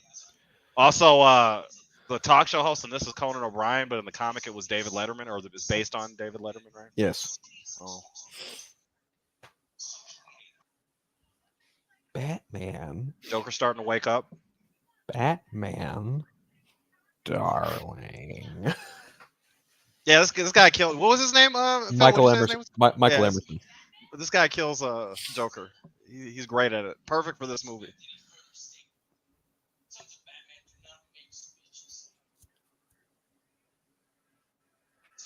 They kind of played with this concept on Justice League. I don't know if it was Unlimited or it might have been Unlimited when they did Justice Lords. Is that Unlimited? Yeah. They kind of played with this. Directed by Jay Oliva. Damn right it is. All right, I hit pause because I'm on my deluxe edition. And it just screen went to black. To the next, and we'll I'm get just ready to gonna count go down. straight William, to you ready? Pull up number 2 here. Yeah, let me get it. All right, we'll count it down. Hold Everybody in on. the chat ready? Give them a second, I guess. Get back to this one. And... What you playing, Drogo? Replaying Spider-Man 2. Okay. You're not even watching the movie?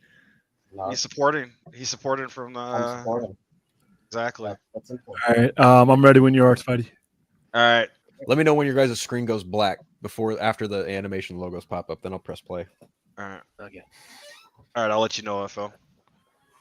3, 2, 1, go. There's talking in the thing in the Warner Premiere. Yep. Phil. Yep. I'll let you know when they clip.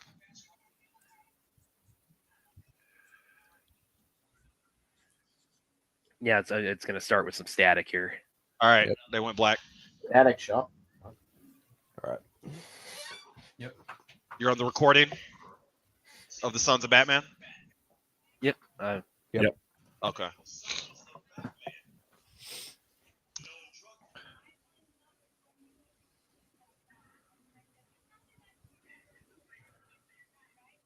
Face the future. Don't forget to donate, guys, at the link at the top of the chat. You want to go ahead and show us and remind us while we're here? Yeah. I know what they're all gonna do. They're all gonna donate when I suffer through Scary Movie 3. I like the Joker smile. There you go. All right. Where are we at right now? 8,200. Okay. Think we can probably catch $800 more today? You're on Scary Movie, make it a clean 9,000. Depends on how many crazy ass promises we got to make. Yep. Under the Red Hood and Batman Beyond: Return of the Joker, I think would be worth 9,000. Well, that wouldn't be bad at all. I could do that. Cool. So Batman and Harley Quinn, throw that in there as well. No. No. I was joking.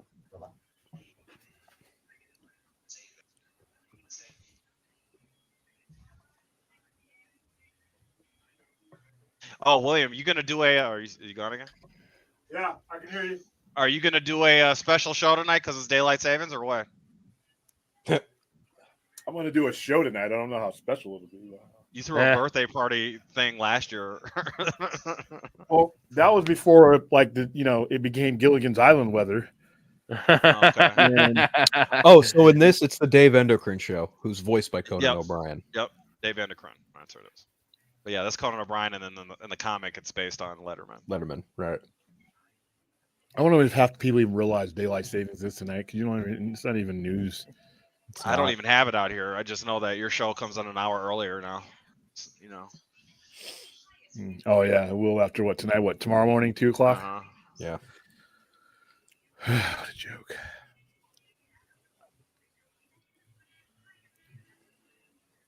If I'll go a year solid without rain, I'll be okay. I'll take daylight savings. Opinions on the current run of Batman and Gotham. Okay, this has got to be okay. There's somebody screwing around with the movies. Chip Zdarsky's cool. I don't like that Batman survived re-entry without any just in his fucking costume. I hate that so much. Somebody's screwing around with the Wikipedia page for the movie, because I'm looking at the cast list here, and for part 1 it says voicing Alfred is Michael Jackson, which it links to this guy who is Michael Robin Jackson, who was a radio. There's a British actor named Michael Jackson, right? Yeah, and the part 2 it says Michael Jackson, and it links to Michael Jackson's Wikipedia page. Well, self-editing probably messed up. Where's the Boy Scout? Okay, so when I was coming up, and so Brad, unlike you, I have a different qualm with Superman. I use Superman as a baseline. He's not my favorite superhero, right? Yeah. But this iteration of Superman is exactly how I need Superman to be. You shouldn't know that he's there. You understand what I'm saying? All this standing in front of fucking bullets and letting people know in the newspaper that you get to kryptonite. Was never my favorite thing about Superman. You understand what I mean? regardless of how we get there, everybody knows his weakness. Like everybody knows how to gauge his abilities. In this situation, because Reagan is telling him you can't be seen, superheroes cannot be operating right now, right? Like you don't see him. He just shows up and does his thing at full speed. You see him at a decent power level. We didn't really see until Zach. I mean, we had a while there for like 20 years where if you see Superman in media, he was nowhere close to his power level or what he should be like until you got Man of Steel. Oof. This is also the Cold War too, so yeah. Which they play with big on this, but just the fact that you can't. I mean, he's Superman's playing the role of Dr. Manhattan a little bit in this movie, right? So yeah, he kind of is. Yeah. And that was the thing that Zach really flipped in BVS was that as far as like that movie's that movie's adaptation of Dark Knight Returns, it's Batman's in terms of the Batman and Superman dichotomy, and that it's Batman who is the antagonist of that conflict. Right. Yeah.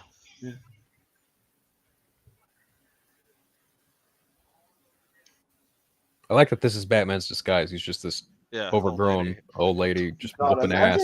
Imagine if the Nazi woman was in BVS. Holy shit. Bruno? Dude, regardless if it was in BVS or a Dark Knight Returns adaptation, you already know people are going to be like, fucking Zack Snyder. Yeah. You already know it's inevitable, but then again, it's like if he puts a swastika in any context whatsoever in anything, they're gonna. Apparently, if he shows up and says hi to somebody in an interview, he's gonna get shit talked about. So it doesn't really fucking matter what happens. He could in Rebel Moon 2, he could like have a burning Nazi flag, burn the flag, and they would find someone. It's like, well, what he really means here is that he's like trying to like spread the light of the Third Reich or something. Now, you guys know that this is Don and Rob right here, right? Yes. Yeah.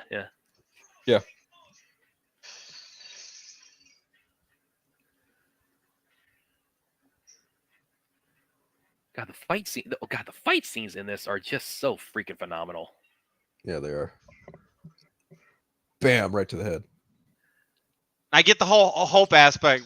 Brad, tell me this is how it should be. I mean, you have so many stories as of the last 15 or so years where they play with the fact that the government's always watching Superman and everybody's trying to control him and this, that, and the third, right? Yeah. This is how it's more realistic he would operate this way.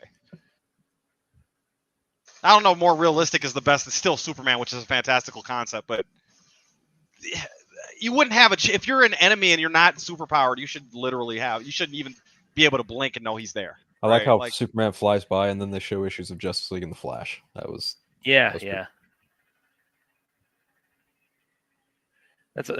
why I think that I really his intro,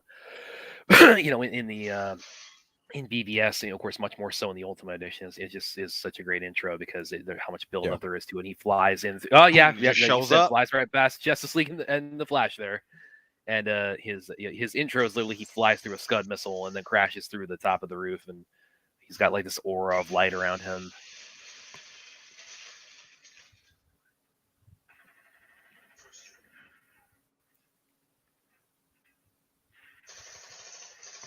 I think I'm a little ahead of you guys. Hold on. Maybe like 2 or 3 seconds, not too far ahead. Yeah. He's punching Bruno up the stairs right now. Threw the battering at her. The grenade just went through the subway. Yeah. Yep.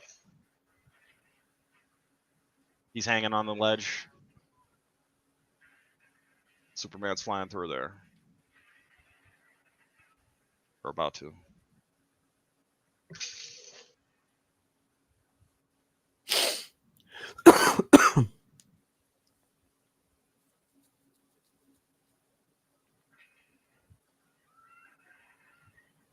Yeah, this also gets a little bit modified in BVS, where the woman from North Africa that Lex is coercing, and that's how she gets killed.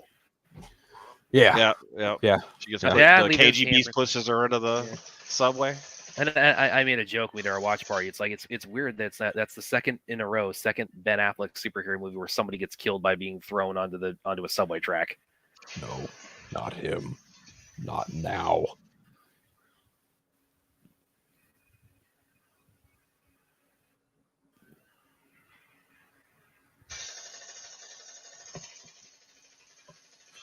It sounds like Clint just got to the tank, and he said it's a Nerf tank.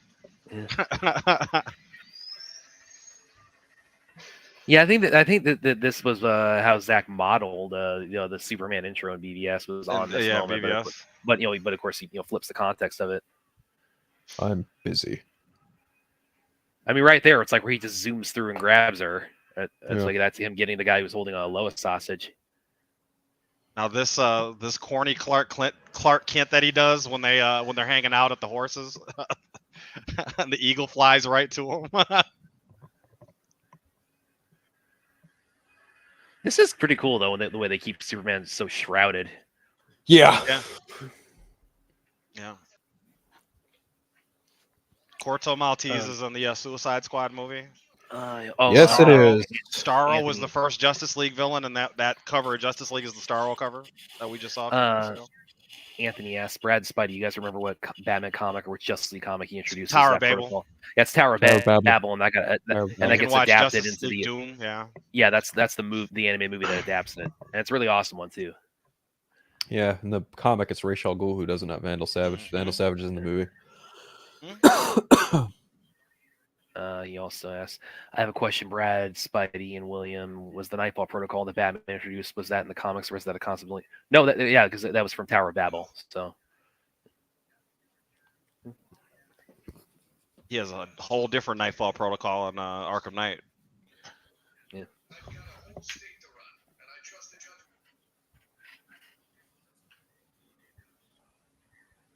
That'd be, now that I think about it too, it's like, with the arc that Ben Affleck's Batman goes through, it's like, do you think he would have protocols? For it seems because he would. He's been Batman for at least 20 years, so you got to have some kind of.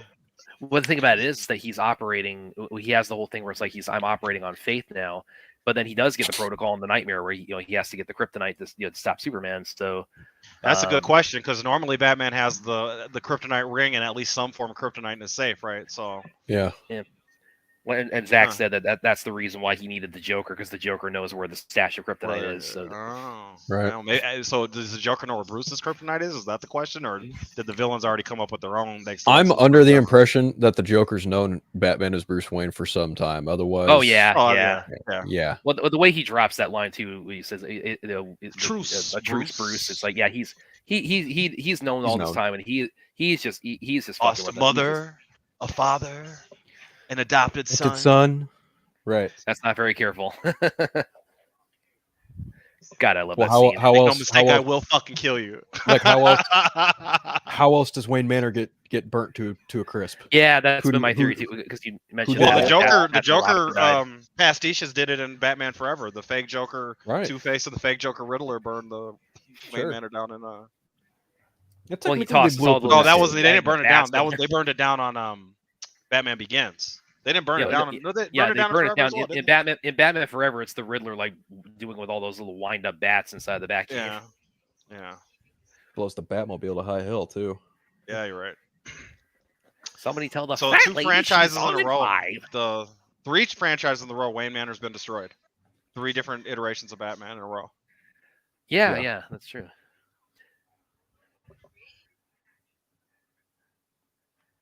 This shit right here. This is what I'm talking about with the Clark Kent, the Eagle. Okay, here's some irony for you. When they had Ben Affleck and Henry Cavill at San Diego Comic-Con, they were dressed just like them. They are now. Yeah, really? I remember that. Yeah. Yeah, Henry in the white shirt here, and Ben that was the get up that he had. Yeah, that was. They showed the first 3 images. It was either like they were filming the movie. I think it was 2014 is when they came out on screen. Had all 3 of them there, and then they brought them back and said, "We got to go back to film the movie now." Yeah, the only big difference was that Ben he didn't have like the gray hair that Bruce has, because Ben doesn't age. I'm gonna have to really think on what you were talking about just a second ago there, Brad, with the movies.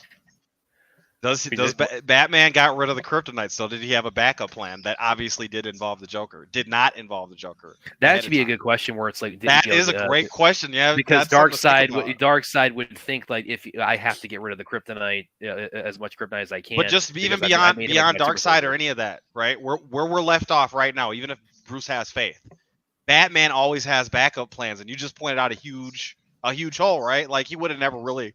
The Batman we know would have not gotten rid of Kryptonite under any circumstance. So but that's interesting. So how does that work? The arc of Batfleck, yeah, it's like questions to be answered in future movies, possibly. Huh? Yeah. I don't know. That's a good one, Brad. I never thought of that one. That's pretty good. Pretty good one, Brad. If I ever get, it's one of those ones I imagine where it's like, Zach, you ask him and he tiptoe around and say it's like, of course, but that's what I'm saying. So you'd have to actually see it play out so you can figure it in. Because even if he doesn't give you everything, he's gonna, like I always say with the Metropolis. How did we get to Metropolis, right? They didn't just show up in Metropolis. So okay, Reagan. I forgot because I haven't. Every time I see this, every time I open up Dark Knight Returns, I forget Reagan just looks like a freaking corpse in this movie. It's like Joe Biden. Had you ever seen him in real life? Well, William looks like Joe Biden. Yeah. No, really, it's like, I mean, look. But this is exactly what I'm talking about. When if they were able, this is Vietnam basically from Watchmen, right? Yeah, with Superman tossing the tanks around, yeah. Yeah. Except for it gets manipulated because the Russians aren't scared to pop that nuke, unlike the Dr. Manhattan situation. And so the Joker's plan is excellent here. It's such a good Joker plan. And we get, of course, a little bit later on, Superman getting nuked as we did in BVS. That's Joker's plan, is to take Superman off the map just to fuck with Batman and get things going. Oh my gosh. The whole Gotham gets blacked out, everything. Damn.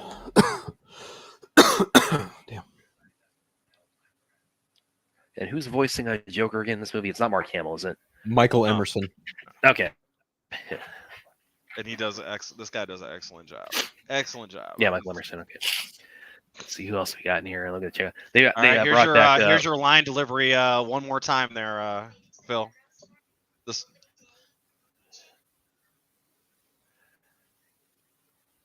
Just helping some spud.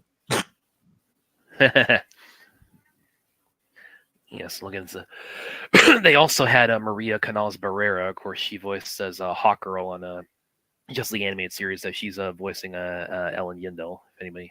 Oh, really? Right. Okay. Yeah. Oh, and here's some cool Winter right here. Oh, here's some cool trivia too. Robin Atkins Downs voices Green Arrow, and he did the mocap for Doomsday in the BVS. Right. And he said he didn't even know he was playing Doomsday when he did it. He didn't know it was Doom until he saw the trailer.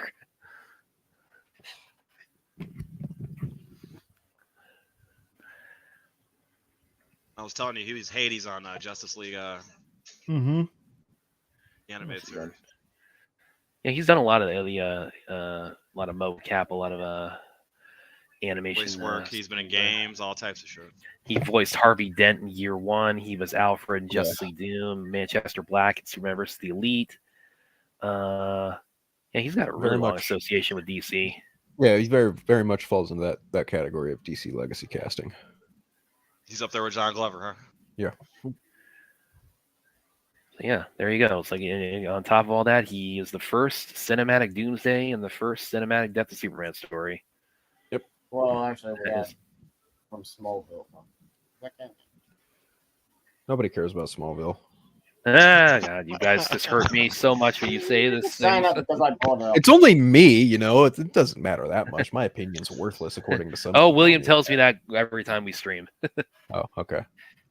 Smallville is worthless. Yeah, damn. There you go. All right. Sorry, CW people. If it's not. Nobody watched your channel. If it's not Superman and Lois, it's like he's gonna dunk on CWDC, and even Superman and Lois, he's not like over the moon about. He's just like, okay, that's just none of that holds a candle to him shitting on my Batman the Animated Series. He just totally shits on it, dude. You know who else shit on CW? This is one of my favorite fights, by the way. It's called money laundering. It's called money laundering. That's the only reason why the CW exists, not to be profitable or be successful. Any other network, none of those shows last more than a season or two, at most, except for Superman and Lois, and that doesn't even get as long as it gets. Smallville lasted like 10 seasons or 9 seasons. Yeah, on a real network, it would not have. Okay. Sorry, it's just the truth. Yeah, well, it did. It lasted longer than Dawson's Creek, and you can't even give it credit to him. How dare you? Well, William, it lasted Dawson's Creek wasn't part of a money laundering scam. Well, William, money laundering or not, money laundering or not, William, I got all 10 seasons up my shelf right here. Oh my gosh, just look how he fucking grabs the fucking smoke. He's on his game right now. Oh yeah, that's great. Hey, you know what? Hey, Brad, I wish all the TV shows that were on real networks that I like got canceled. Hey, if Sarah Connor Chronicles were on a sham network like CW, I would have gotten 4 or 5 seasons. This dude's still pissed. They cut off Green Acres, man. So you can't. I mean, just Yo, I'm with William. Terminator Chronicles. That's all I mean. And Grant Gustin, I heard that again. By the way, guys, and everyone's like, this right here. Can we get Grant Gustin to be the Flash? I don't think TV Mark, I'm so tired of hearing that. Guys, this right here, this fight right here with all these guys on the roof, I think as far as like parallels from Dark Knight Returns to BVS, I think this is kind of like the equivalent of the warehouse fight. Sure. So we have a little bit of a reference of this in the Batman with De Niro's. Oh no, excuse me, the Joker. Joker movie. Yeah, Joker. Yeah, Joker's movie. Tripping. Yeah, just a little bit. Straight tripping. Yeah, I didn't think of that until now. Actually, now that you think about it, I can't believe I missed that. Oh yeah. How did you not know? That's obvious, Brad. Because he's such a different version of the Joker. Maybe I don't know. And I guess. But this is like the only time he's ever been on a talk show. Yeah, it's pretty clear that this is Batman fucking whooping ass, and a lot of it probably carried over into the warehouse. And you could probably argue that let him whooping ass here and then whooping ass in the part one where he takes off those goons. Yeah. I'm gonna shoot a pistol at Batman. It's like, okay, great. Yeah. Good luck, Godspeed. Yeah. In our last viewing, the person was scared to pull the trigger, so more she's shown that she's not frozen. All the other cops were, doing it by the book, I guess. And the criminal was scared to pull the trigger, so she's bold. Okay, if there's anything I want to see in live action, it's these two little animatronic twins. Dolls? Yeah, the doll twins. I want to see that. Yeah, because that's in Snyder's wheelhouse. He'd totally do some fucked up gas. shit. Oh yeah, 100%. These are like little mini versions of like the Joker balloons in Batman '89. Right. That actually, I think that was one of the few influences that carried over from Dark Knight Returns into '89. That's why I'm gonna kill everyone in this room. I love his delivery of that line. And you get what you fucking deserve. Bam. I like how Walper's just trying to make a case for Joker, and Joker's like, "Dude, I'm gonna fucking kill you." He's getting publishing off of it. If he can show that he gets the TV appearances, if he can cure the Joker, he gets paid big. Yeah. Now that I think about it, it's like, why didn't that get the influence of Dark Knight Returns on the interview scene of Joker? Like that didn't even get a lot of commentary when Joker was out. Like, why did more people not write up on that? Like, this is clearly keep these. Yeah, sure, whatever you want. We got a closet full of them. Because the critique of that movie is that it bites off of Scorsese movies, and they're Scorsese movies with De Niro. So some people might say that that's right on the nose in a movie that you're referencing a bunch of Scorsese movies. Yeah. That was rumored to be made by Scorsese in the first place. Yeah, so I think it just is. Well, and also it also of course got caught up in the whole. Oh yeah, this is like that's about as that's pure Joker right there as far as like a kill. 100%. Oh, 100%.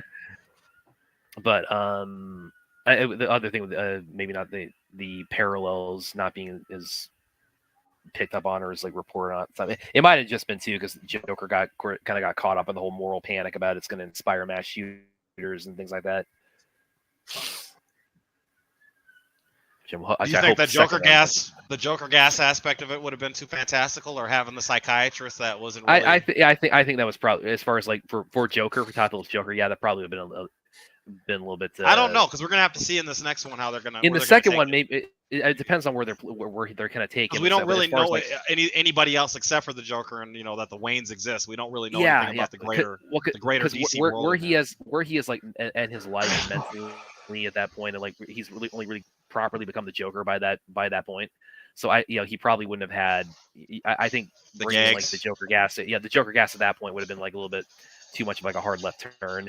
The second one is like it depends on like again how much he's evolved since the first one into that. So we'll kind of have to see. But yeah, it was probably an element I just couldn't work in organically to the to the Murray Franklin interview and Joker.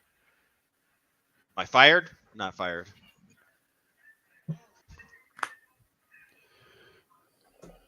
Boosters. What was it? It's like it's over like is like 80 people he killed there, or is it over 200? 200 audience. Yeah, that whole audience. Yeah, that was a pretty large number.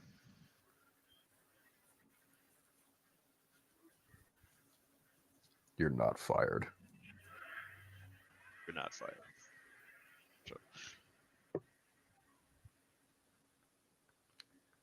Ruth is interested in the Joker's build, so that gives us more of a clue in her true nature. I gotta be honest, I'm so sick and tired of seeing Corto Maltese. That's all. I'm so sick and tired of seeing Corto Maltese. Yeah, I kind of am too.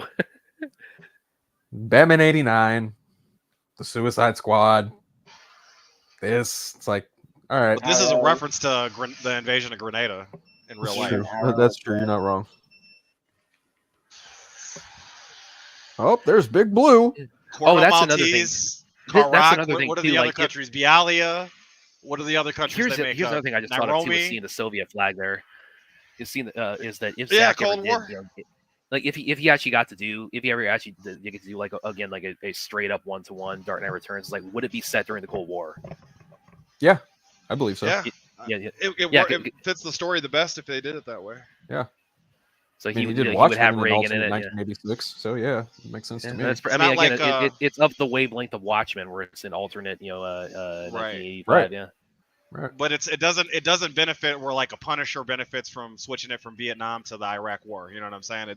That doesn't really carry over as well. Like all you really need to do is just like open up and have it just say Gotham City 1986. There you go. And leave it at that. Exactly. That's all you need to do. And we know he's killer at period pieces because look at fucking Watchmen. Right. I mean, exactly. Or 300. Yeah, that's it. Kyle. Catwoman. Has he said? Has Zach said whether or not, as far as like casting a Catwoman, like whether it would be Carla Gugino or? I've only ever heard him say mention Carla Gugino was a good idea, but that's about it. So that's about as far as I think. Well, she's gotten fan cast a lot for it, but I mean, he's kind of just similar. I've seen him like kind of nod in interviews, like, oh yeah, she'd probably be awesome. But why wouldn't Zach? Why wouldn't Zach put her as Catwoman in that time space? You know what I'm saying? I mean, they work together on a lot of different projects. It just makes sense. Yeah, the Sucker Punch of Watchmen, and she's voicing Keylor and Man of Steel, BVS's ESGL. Right. See? The Joker set the nuke up right here. Oh my gosh, this is great. The first thing I ever saw her in, actually, Carla Gugino, was the one with Jet Li. That was my introduction to her. She was the love interest of Jet Li throughout the multiverse. Yeah. Was that his love? Where was it? Jason Statham was in the movie. That wasn't his love. No, yeah, she's his wife, and then she's his wife in like in the good Jet Li's universe, and then she's like, but like it's a cool concept because if you go kill your multiversal variants, then they split the power between them. It's kind of like a mix between Highlander and Kane going on there a little bit. Yeah, pretty much. Yeah. Yeah, I love that. In this world, you're my bitch. That's the last line of the movie. Yeah. I love that too at the end. Yeah, that'd be a cool little concept. They did a little Matrix time slowdown. I was like right after the Matrix came out, so they did a little. They played with that a little bit. That'd be a good watch party. Actually, would be the one with Jet Li. I mean, again, it's like it's. I mean, it's got. I mean, it's got the whole plot hole. Like, okay, all the same at some point, like they're if you don't like have them killing each other, I mean, they're all going to die of natural causes. So what happens when one of them is left? So that's never addressed at all. But you kind of have to compartmentalize that. But otherwise, yeah, that's the one is a. So the Joker sets this nuke up as a calling card to Batman that he's back out. Batman knows immediately that this is a Joker plot right here, but the Joker, the stakes. It's a personal message to Batman, but the stakes are on a worldwide level, right? Right, because then it turns into the president being like, "Hey, Superman, I thought I told you to ring your boy," and like exactly what's happening, right? Like it's and the Russians, all the Russians that saw Superman and Corto Maltese are dead, so nobody really knows that he's truly active out there winning the war for us, right? Right. Anthony asks, honestly, he's got a few questions I'll bring up. I think if Zack continued doing what he was doing, I think he would have been the one to introduce the ventriloquist for his Batman. I mean, I think we got a pretty good blueprint of the villains intended to include with the whiteboards. So I don't think the ventriloquist really would. I mean, again, it's like there's also the updated version of that he released. And he said it's like, as far as like how he would do that today, it's like follow the broad strokes, but not the beat for beat necessarily. But yeah, right. I don't know if I'd see a ventriloquist being worked into his universe. I don't think he really worked him in. Maybe if they have like a scene where he's busting up like the Gotham villains before we get to the Legion of Doom or something like that. Maybe that's probably about the extent of it though. If they're at the Iceberg Lounge kicking it or something, you know what I'm saying? You might see him in the background or whatever. He also asked when Brad Spidey, can the Nightfall Protocol that Batman introduced in the animated movie about Tower of Babel, not Babylon Tower, work in live action either in Batman Part 2 by Battery. Okay. This is how you know the Joker's pretty sadistic. He clearly did something to Catwoman's face because he might have slapped her or something. Because the implication is in the comic he raped her. That's the you're right. You're right. Yeah, true. So just specific. All of this is specifically to get at Batman, and this is the clue right here. Is the cotton candy? Like all this was set up for Batman because this is a classic Joker coming at Batman fight. This is probably one of the reasons it's my favorite Batman comic because you get a true Batman and Joker redux, if you will, right? So yeah, he should have punched her in the face again.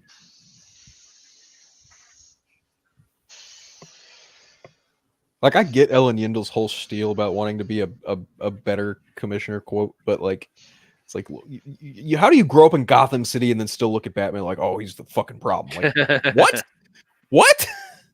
Okay, that always goes to the question: how prolific and prevalent is Batman to the common person? Yes, the police know about him, the criminals know about him, but what do you know? Just as a person, what do you know about what the police and the criminals did last night? We've already seen the precedent for that, where Cyborg says, "Like I heard about you, but I didn't think you were real." You're real, yeah. I'm real when it matters. Yeah. Boss, I'm real when it's useful. Coming. It's big. It's him.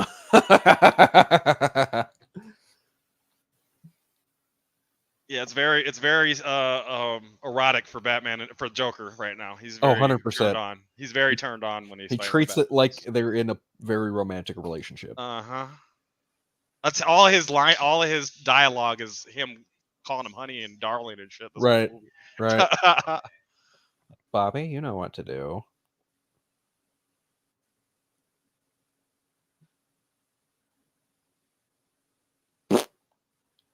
Bless you. I guess I'd have to agree with you, Anthony. I don't see how you're wrong. Maybe to a super level, right? To a hyper exaggerated level, but yeah, I'd have to agree with you.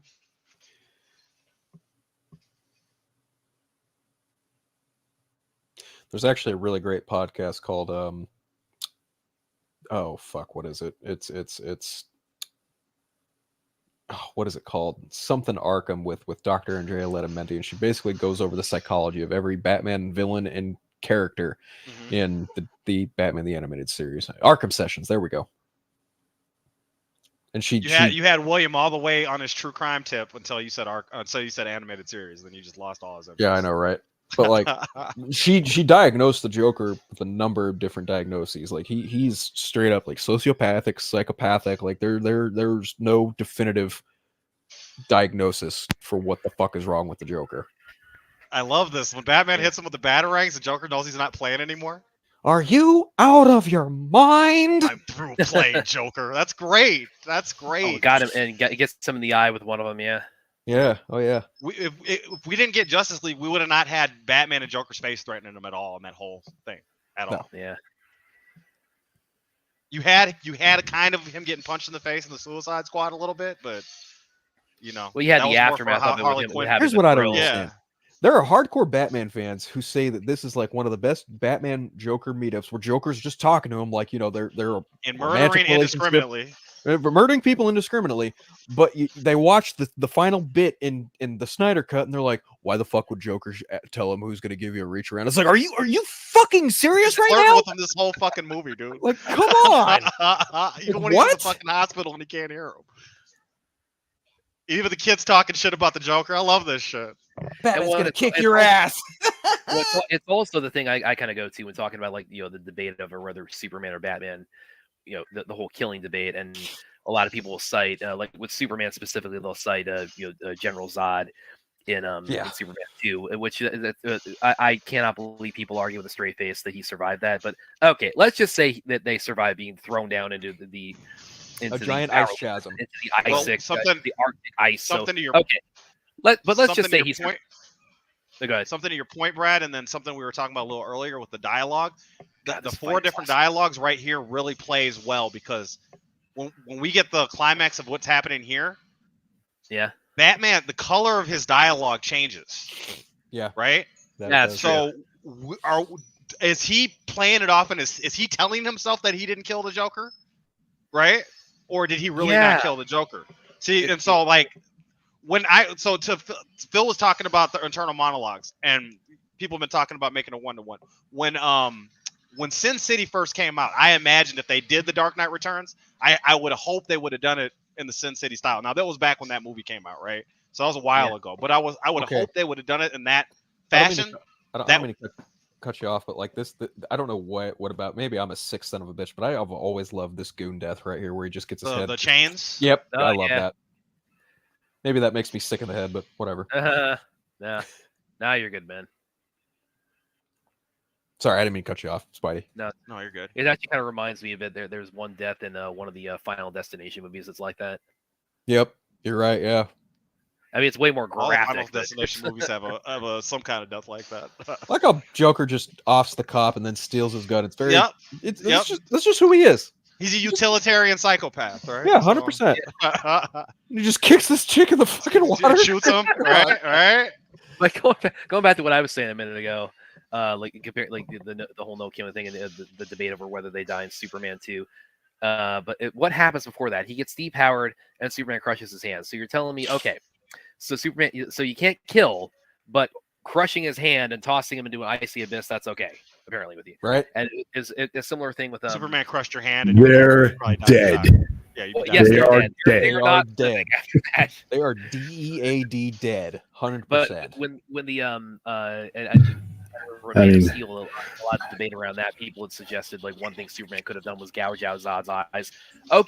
Okay, so he can't break his neck, but he can horribly maim him and blind him forever. Right. They fucking lobotomize him? Sure, I guess. The rules of and that then with universe, this, anyway. it's like, okay, so you can't kill the Joker, but you can stick a batarang in his eye and all the people he I've breaks his murdered neck. by letting you live. Batman broke his neck, so is it a matter of did he tell himself that he didn't really kill him and everything else from there? Because the Joker turns and smiles at him while he's on fire, right? And so we have to assume that's in Batman's head.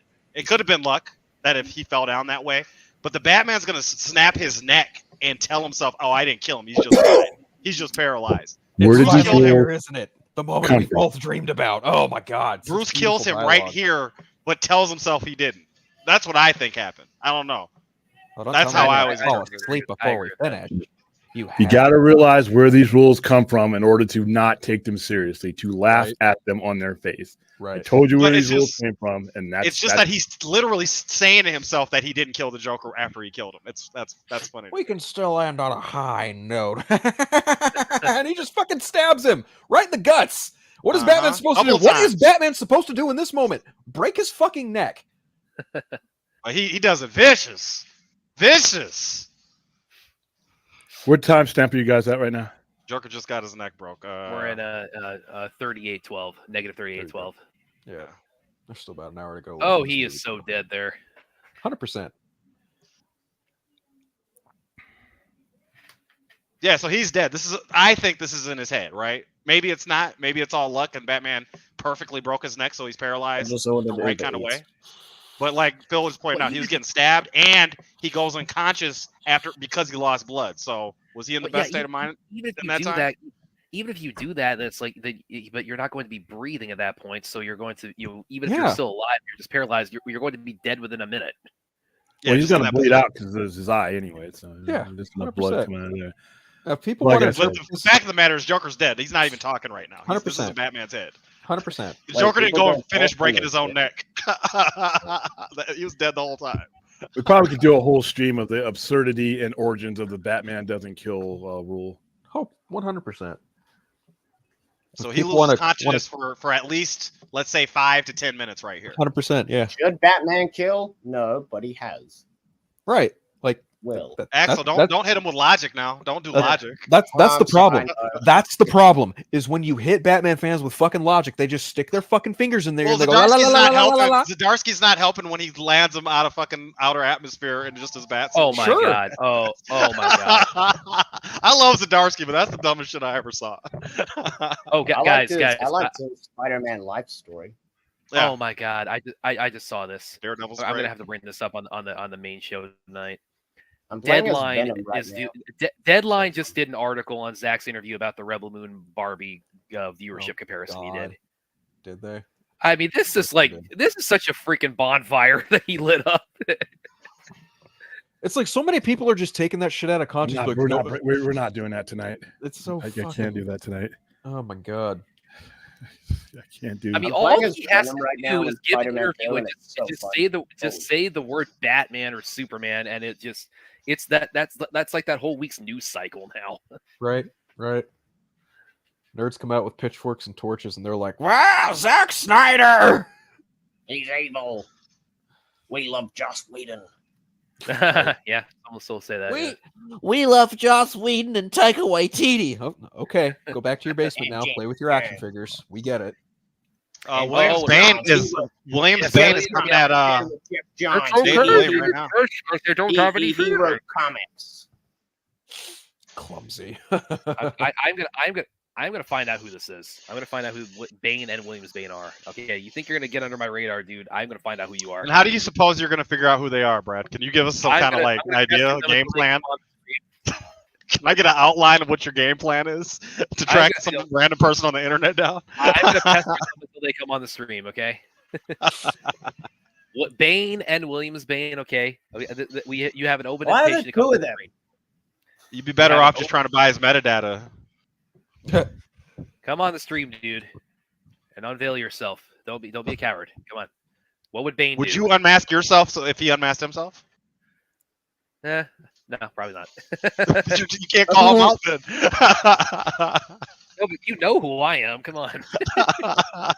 How do we know you look like your picture? You're right. It's like I'm a woman on the other end of this. The targeting system's like RoboCop, by the way. I don't know if you guys. Yep. That's clear intentional nod right there. I'm telling you, everybody, if you go back and watch RoboCop, it's just so crazy how, again, before how it predicted the year 2016 so accurately. Oh yeah, that's also...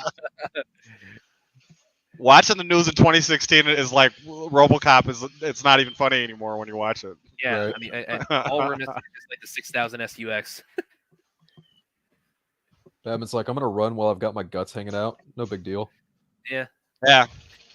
Well, no and big Affleck, he had a thing like that where he gets stabbed in the shoulder in the warehouse fight. He just shakes it off. True.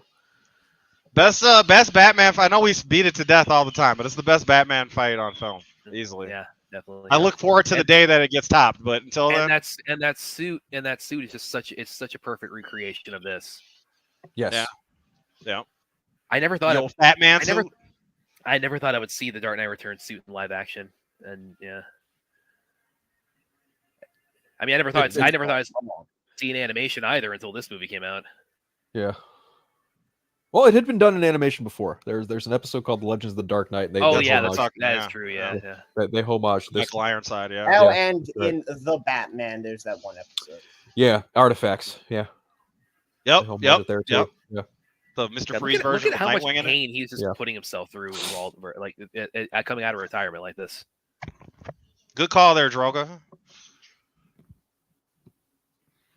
Pretty underrated show. I don't know if William ever saw that one. Yeah, I binge watched it recently. It's pretty good.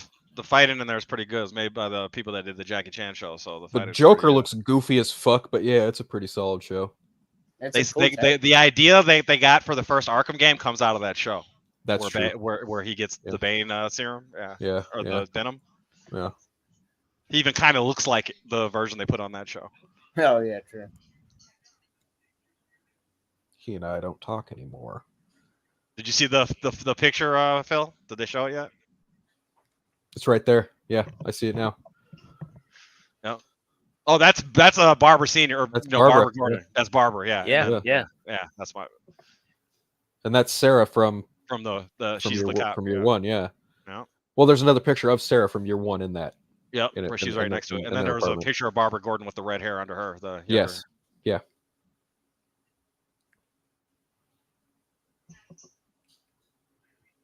This would have been a cool scene to see if they ever made this into a live action, just to see how the retired Commissioner Gordon kind of deals with his community.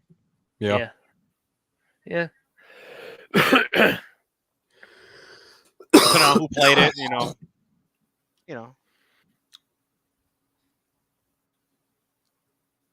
You look at that stylized street in Gotham where Wonder Woman and President of the United States in an undisclosed location. The motherfucker. Yeah, I'm talking to you from in this location in a radiation suit. Right. And I can't hide that losers. Like underneath of it. Mighty store losers. Oh, Superman stopping. Yeah, Reagan did not look this old when he was president. Ronald Reagan. Oh wait, no, I already used that joke. Yeah. Was that before? So much of this is very similar to we didn't get the blackout and we didn't get the how he gets the sunlight back by absorbing the plant's chlorophyll, but still.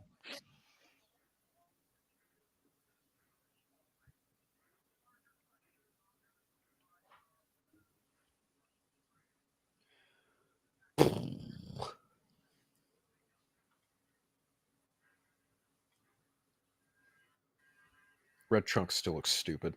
In the book, he's all black. You just see the red crest, but it's his silhouette. Yeah. And this part. Actually, yeah, I thought that was I did think that was kind of cool the way they portrayed it in BVS, where his body is desiccated, but you could still basically like see his features, and then like slowly they come back as he's exposed to direct sunlight. But that was it's such a great excuse in this why Batman even stands a chance with his plan, because Clark's still recovering. Yeah. He's still got a bloody lip, and his jaw's still fat at the funeral. It's like Frank Miller knew what the fuck he was doing when he wrote this. He wasn't just shitting on Superman just to be shitting on Superman. So it gives you a pretty accurate power level, and it gives you a good representation of why Batman would have a chance. He doesn't just smack them against each other and say this is Batman's story where he wins or whatever.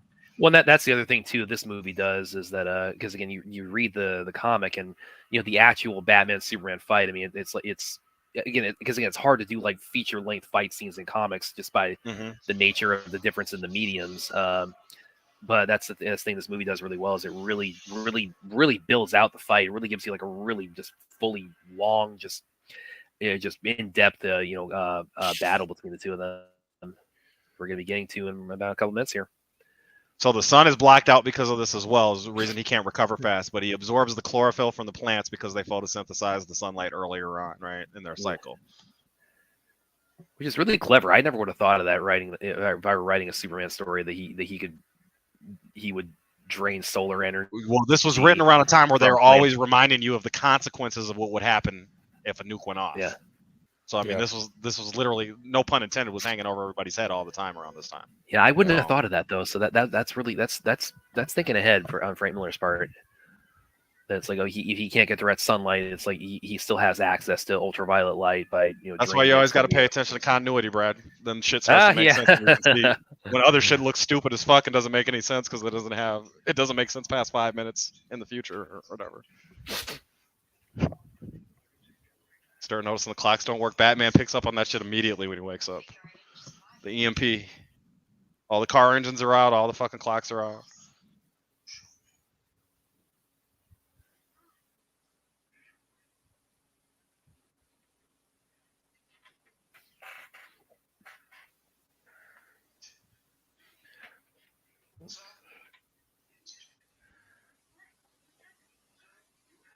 Hey, Weller's killing it in this movie as Bruce. Yeah, Weller is just.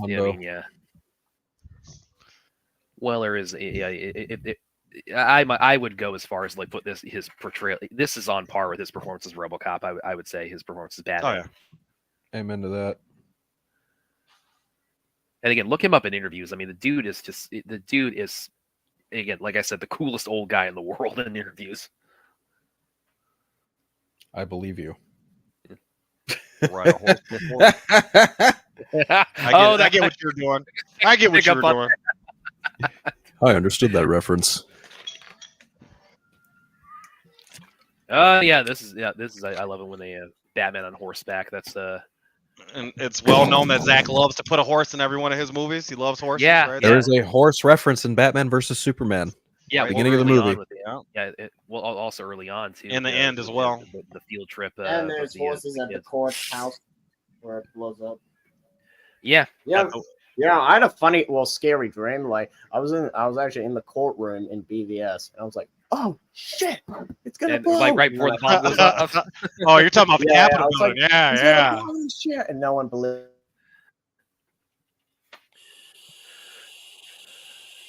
That's another Which thing I always tell you, that's a great plan, Brad. Like he blew up the head of government in the United States. This is straight out of the book. These are loud and clumsy. These are weapons of cowards. Snap. Yeah. But it's also what they cite when they say Batman would never use lethal force or use ballistic weapons. But it is an awesome scene nonetheless. Yeah. And of course does it's like he's channeling his Judge Dredd here. It's like I am the law. Tonight, I am the law. I am the law. That's another thing too. I bet Zach would do with Dredd. Batman really well in the Nightmare. Well, he would do an awesome Dredd, but I'm talking about in the Nightmare. I bet because you talked about him bringing horses into all those movies. I bet he would. I bet in the Nightmare he would have Batman riding on horseback at some point. Yeah, I mean he started out Justice League with Batman on a horse, so I wouldn't put it past him. We just get Batman walking through the mountains to show how much of a badass he is. They explain a little bit later, but the shots are all beautiful just to start your movie out, just to get you reset from the Doomsday Kill. Which is why it was so stupid the way they tried to cover it up in the theatrical cut, where they have the first scene with him fighting the Parademon, and then they cut to finding Aquaman. They say, "Oh, by the way, we're not even going to explain how he has a beard now." It's because he's dead, right? Superman. What did we say about referencing that atrocity? Brad brought it up. I know. Hashtag blame Brad. Yeah. It's our running hashtag on here. Ruth says I missed a RoboCop musical, so I guess Larry's gonna have to send. You have to send me that in the Discord, Ruth. I'll have to see what you're talking about. Or they can play it later on in the show tonight. Yeah. That's my horse impression. It's pretty bad. Hey man, at least you tried. Yeah, better than mine, I'm sure. You could work on horse impressions, and Brad can do foreign accents, and you guys could have. No. How about we do neither? How about we do none of these fucking at all? I got Batman just picks that fool up from the fucking horse and throws him. It's so awesome. He tosses him aside like that. Like it's just wham! Get the fuck out of the way. Leave that mutant alone. Move, bitch! Get out the way. The way. Yes.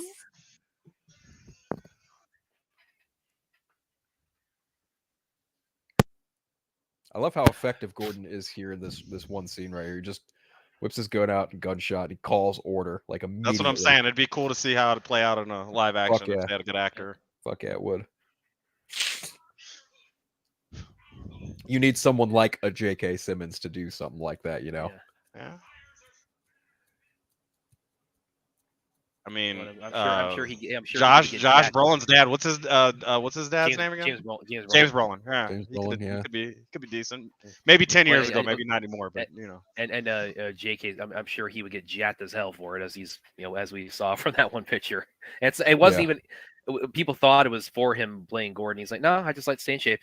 He was in Oz. He was in a show where he's a prisoner. He's pretty in shape for that. No, it was him preparing for Omni-Man. There you go. A live-action Omni-Man for like a Visa commercial or something. My barber looks like Omni-Man. Yeah. Fancaster barber, dude. Yeah, okay. Barber, Rug Gordon. That's fun. There you go.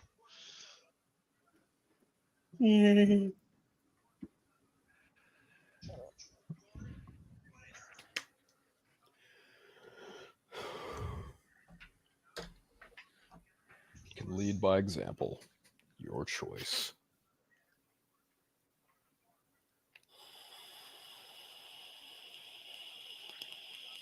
It's got to be some weird shit. Again, you're not even sure if this guy exists. They tell you about him on the news all the time. And then supposedly, even if he didn't exist, he's been gone for 10 years. So you haven't heard about him except for this week. And then this shit happens, and there he is in front of you. Back, tells he's you what galloping to do. in on this. Yeah, and he's telling you how to. And he's telling you how it's all going to go down. Like, right. Even the commissioner's like, "What are we going to do? Nothing." Well, it goes back to what Gordon was telling her earlier, right? Exactly. Yeah, that's the whole point. Yeah. Right.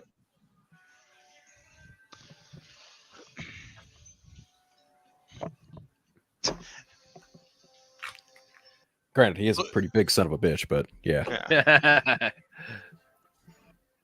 Well, that was something Zach said too in the Rogan interview. He said like Ben Affleck. Yeah. It's just normally he's 6'4", and then you add like the lifts and the boots and the baddie. 6'6". It's like he's like 6'6" on set as Batman. It's like the dude is a mountain as Batman. Yeah. William, are you here? Maybe dealing with some costumes right now. Or maybe one of you two, maybe Phil or Brad knows. Is he 6'2" or 6'4" in the books? Batman's his official height is 6'2". Okay. His official height and build is 6'2", 210 pounds. Like, and Superman's 6 feet, or right? 6'1", 6'2". They're both like around the same height. All right. Yeah, they're both about 6'2". Yeah. Conditioner Gordon. This guy. You're looking at his hair, his feathered hair, saying "Conditioner Gordon." I get what you're doing. I'm picking up what you're laying down, Drog. Drog is actually letting off subtle, corny jokes off this whole time. He's trying though. He's staying consistent. Droga, maybe you should write a Superman comic. Yeah, maybe. Hell, you should write something in the DCU with those jokes, man. You might go. Relax. Yeah. Oh, perfect timing on that. I'm sure James Gunn would love to see what you have to read or write, whatever the fuck. What was so funny? What happened? Nothing. Oh, nothing. Oh, nothing. You have to catch the rewind. Spider-Man made a good fucking joke. That's what. Oh, he was funny? Well, that's news. He made a good fucking joke. That's pretty funny.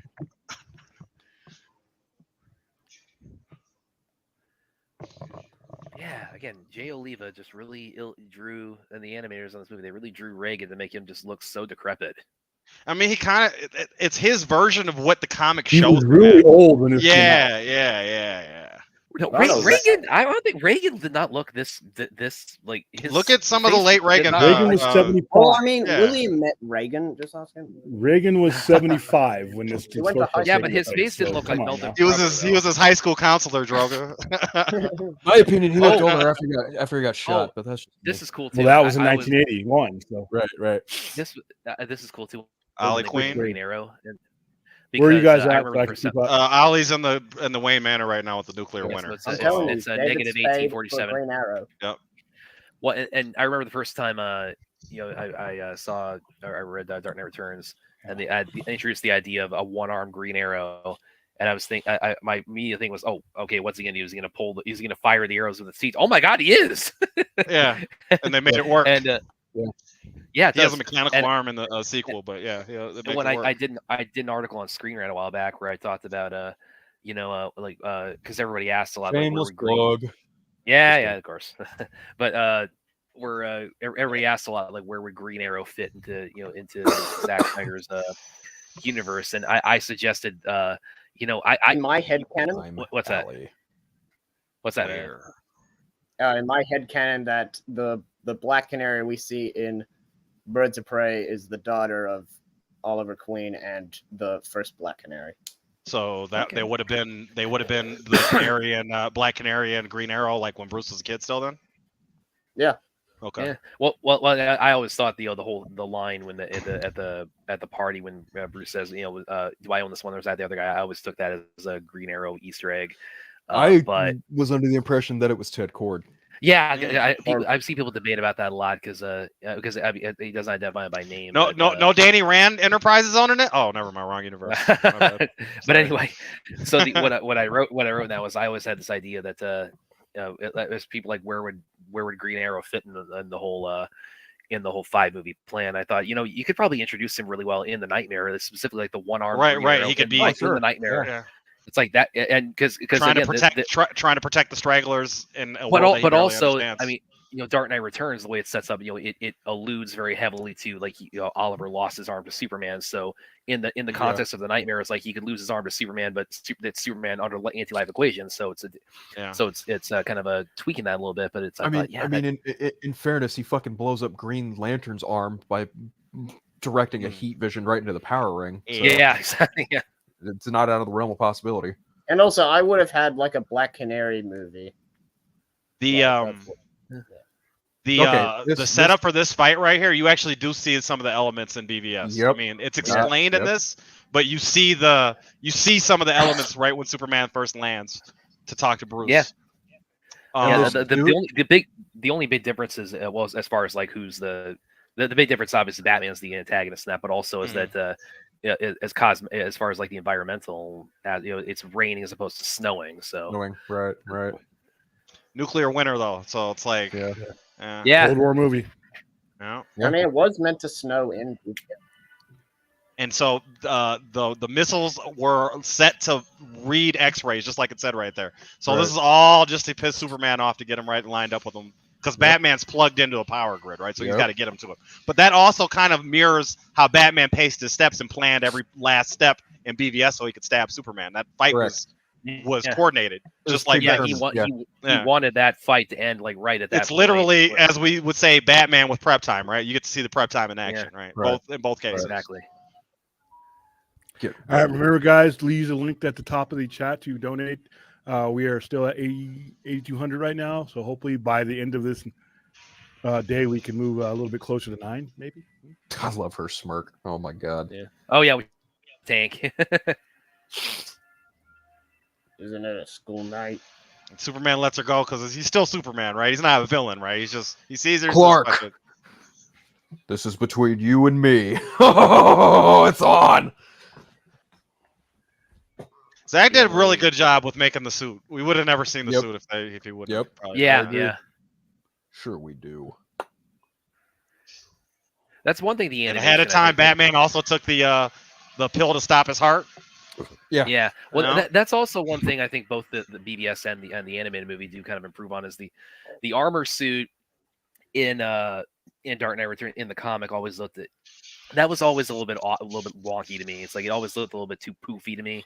It's one of the few things that I kind of like. That didn't quite land as well. I kind of see it in this a lot more. Like the BVS is a little more sharper edges, but I see like Oliva is really trying to, as best he can in his style, he's emulating it. Right? I feel like this is more like the comic book one than the movie one. I see what you're saying, Brad. Obviously, this came out like 3 years before the movie did, 4 years. This was 2012, yeah. Okay, technically part 1 came out in September of 2012, part 2 came out in January of 2013. Okay. Yeah.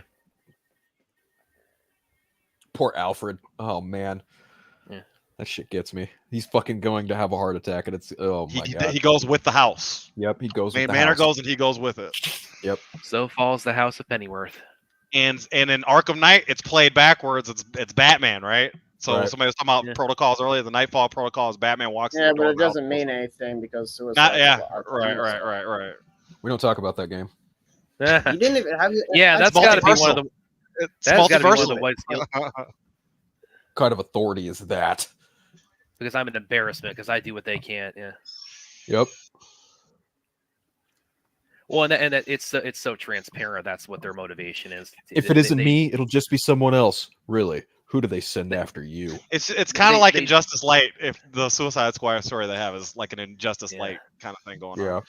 But they dress it up. They dress up the whole reason we got to stop Batman so well is that he's acting outside. He's a vigilante. Outside, like we have outlet superheroes. But I mean, he puts it so well there when he says like the only reason they care about what I'm doing now is because I'm just showing their ass to them. That's why I like Dark Knight Strikes Again because he's pretty like fanatical about being on that point. Like he just goes away from the book when everything else is going on, and he's back there tracking Lex down. He's getting to the root of what he just told Superman right now. It's like you soldiers really don't get it. What do you do though, right? Like, come on. You really think you're gonna pull one over on Batman? Fucking come on.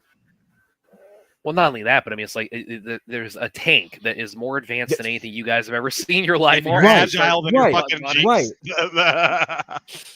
Well, they're Humvees in this, I guess, but yeah. Now here's just Batman whooping Superman's ass. Yeah. Straight up. And I love that every time they've fought, Batman has whooped his ass every single time, too.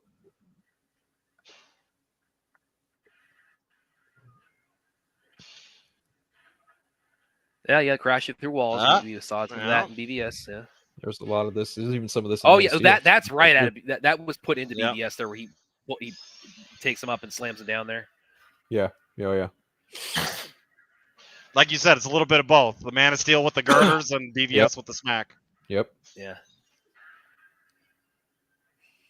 Uses momentum. The suit uses the momentum of the. That's great. That's great.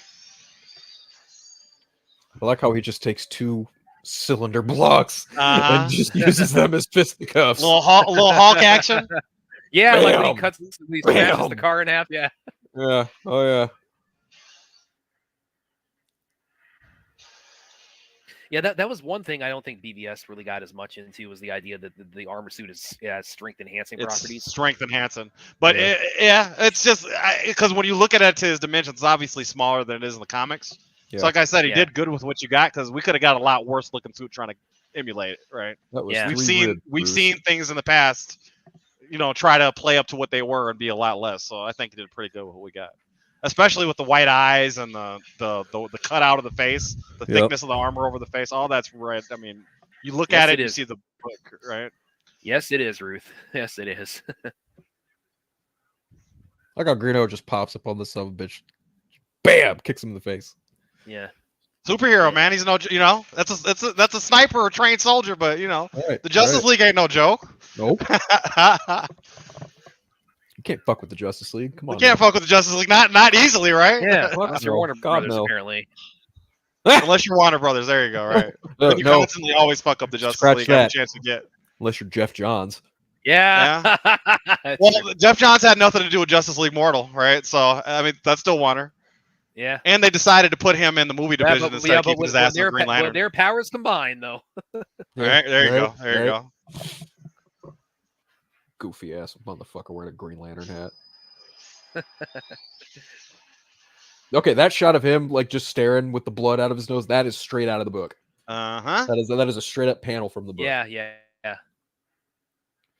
Oh, they did it right. Under the Red Hood's probably up there with it. It's not exactly on whatever, but it's pretty close. I mean, it's close because it's got Judd Winnick on it as the writer. They got the kick coming up here too, and then it goes from the right in the book when they switch it to the left, or did they already do the kick? They already did the kick, I think. Okay, yeah. Oh wait, no, it's coming. It's coming. It's here very, very shortly. Yeah, they switch it here. Right? It's his right leg in the book, and it's the left here, and then they switch it up in BVS where it goes from a front kick to a roundhouse kick. Yeah. That's you nerds talking about now. We're talking about comic book and minutia while you're in a comic book store. We're like your best. We're like the best kind of customer you could have, William. What are you talking? Now the one that's like here right now, the one I'm selling right now. Where are we at? Is it just me? Is it just me, by the way, or did they also kind of the animation makes the Green Arrow kind of look like George Carlin? A little bit. I can see that. I didn't think of it that way, but I could see it. Bruce, your heart. Bam! And he has the lump in his cheek. That's out of the fucking comic, man. Yeah. That shit's right out of the book. Yeah. There we go. -8 minutes or so, William. Yes, they modified a bit here. They switch his leg, and then in BBS, here's the speech. Speech. Yeah, I see. I'm right up with you guys. Right. Here's the speech. I didn't have to go easy on you. Oh, when the fact that they had Lennox come out at Comic-Con and announce BBS with this speech, it's like, oh, who didn't just get goosebumps from that? In all the years to come, in your most private moments, I want you to remember the one man who beat you. All those tanks, all the regular military tanks in his Batmobile is like, yeah, and his shit is more agile than the Hummers were. Right. That's Bruce. So falls the House of Wayne.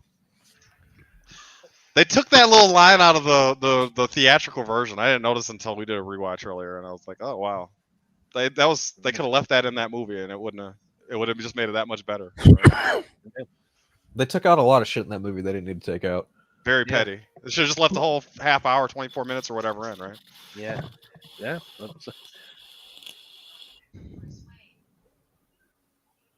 Wait, Bruce Wayne was Batman? Oh damn! I didn't know that. Yeah. No. Here's how it's like. Wait, Bruce Wayne? Why are you dressed up like Batman? Because he is Batman, you moron. Was. I love that movie too.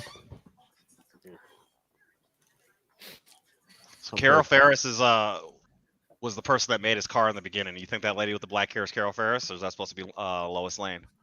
I think Lois Lane's dead in this, but I could be wrong about that. I think you're right. Oh, and this is, by the way, this is also another way the BVS kind of flips elements of Dark Knight, because you're right. Yeah, it ends with the funeral, but it's the funeral for Superman, not Batman. Yeah. Right. But it's an actual funeral. It's not, and it's an actual funeral too. It's not he didn't fake his death; he actually did die.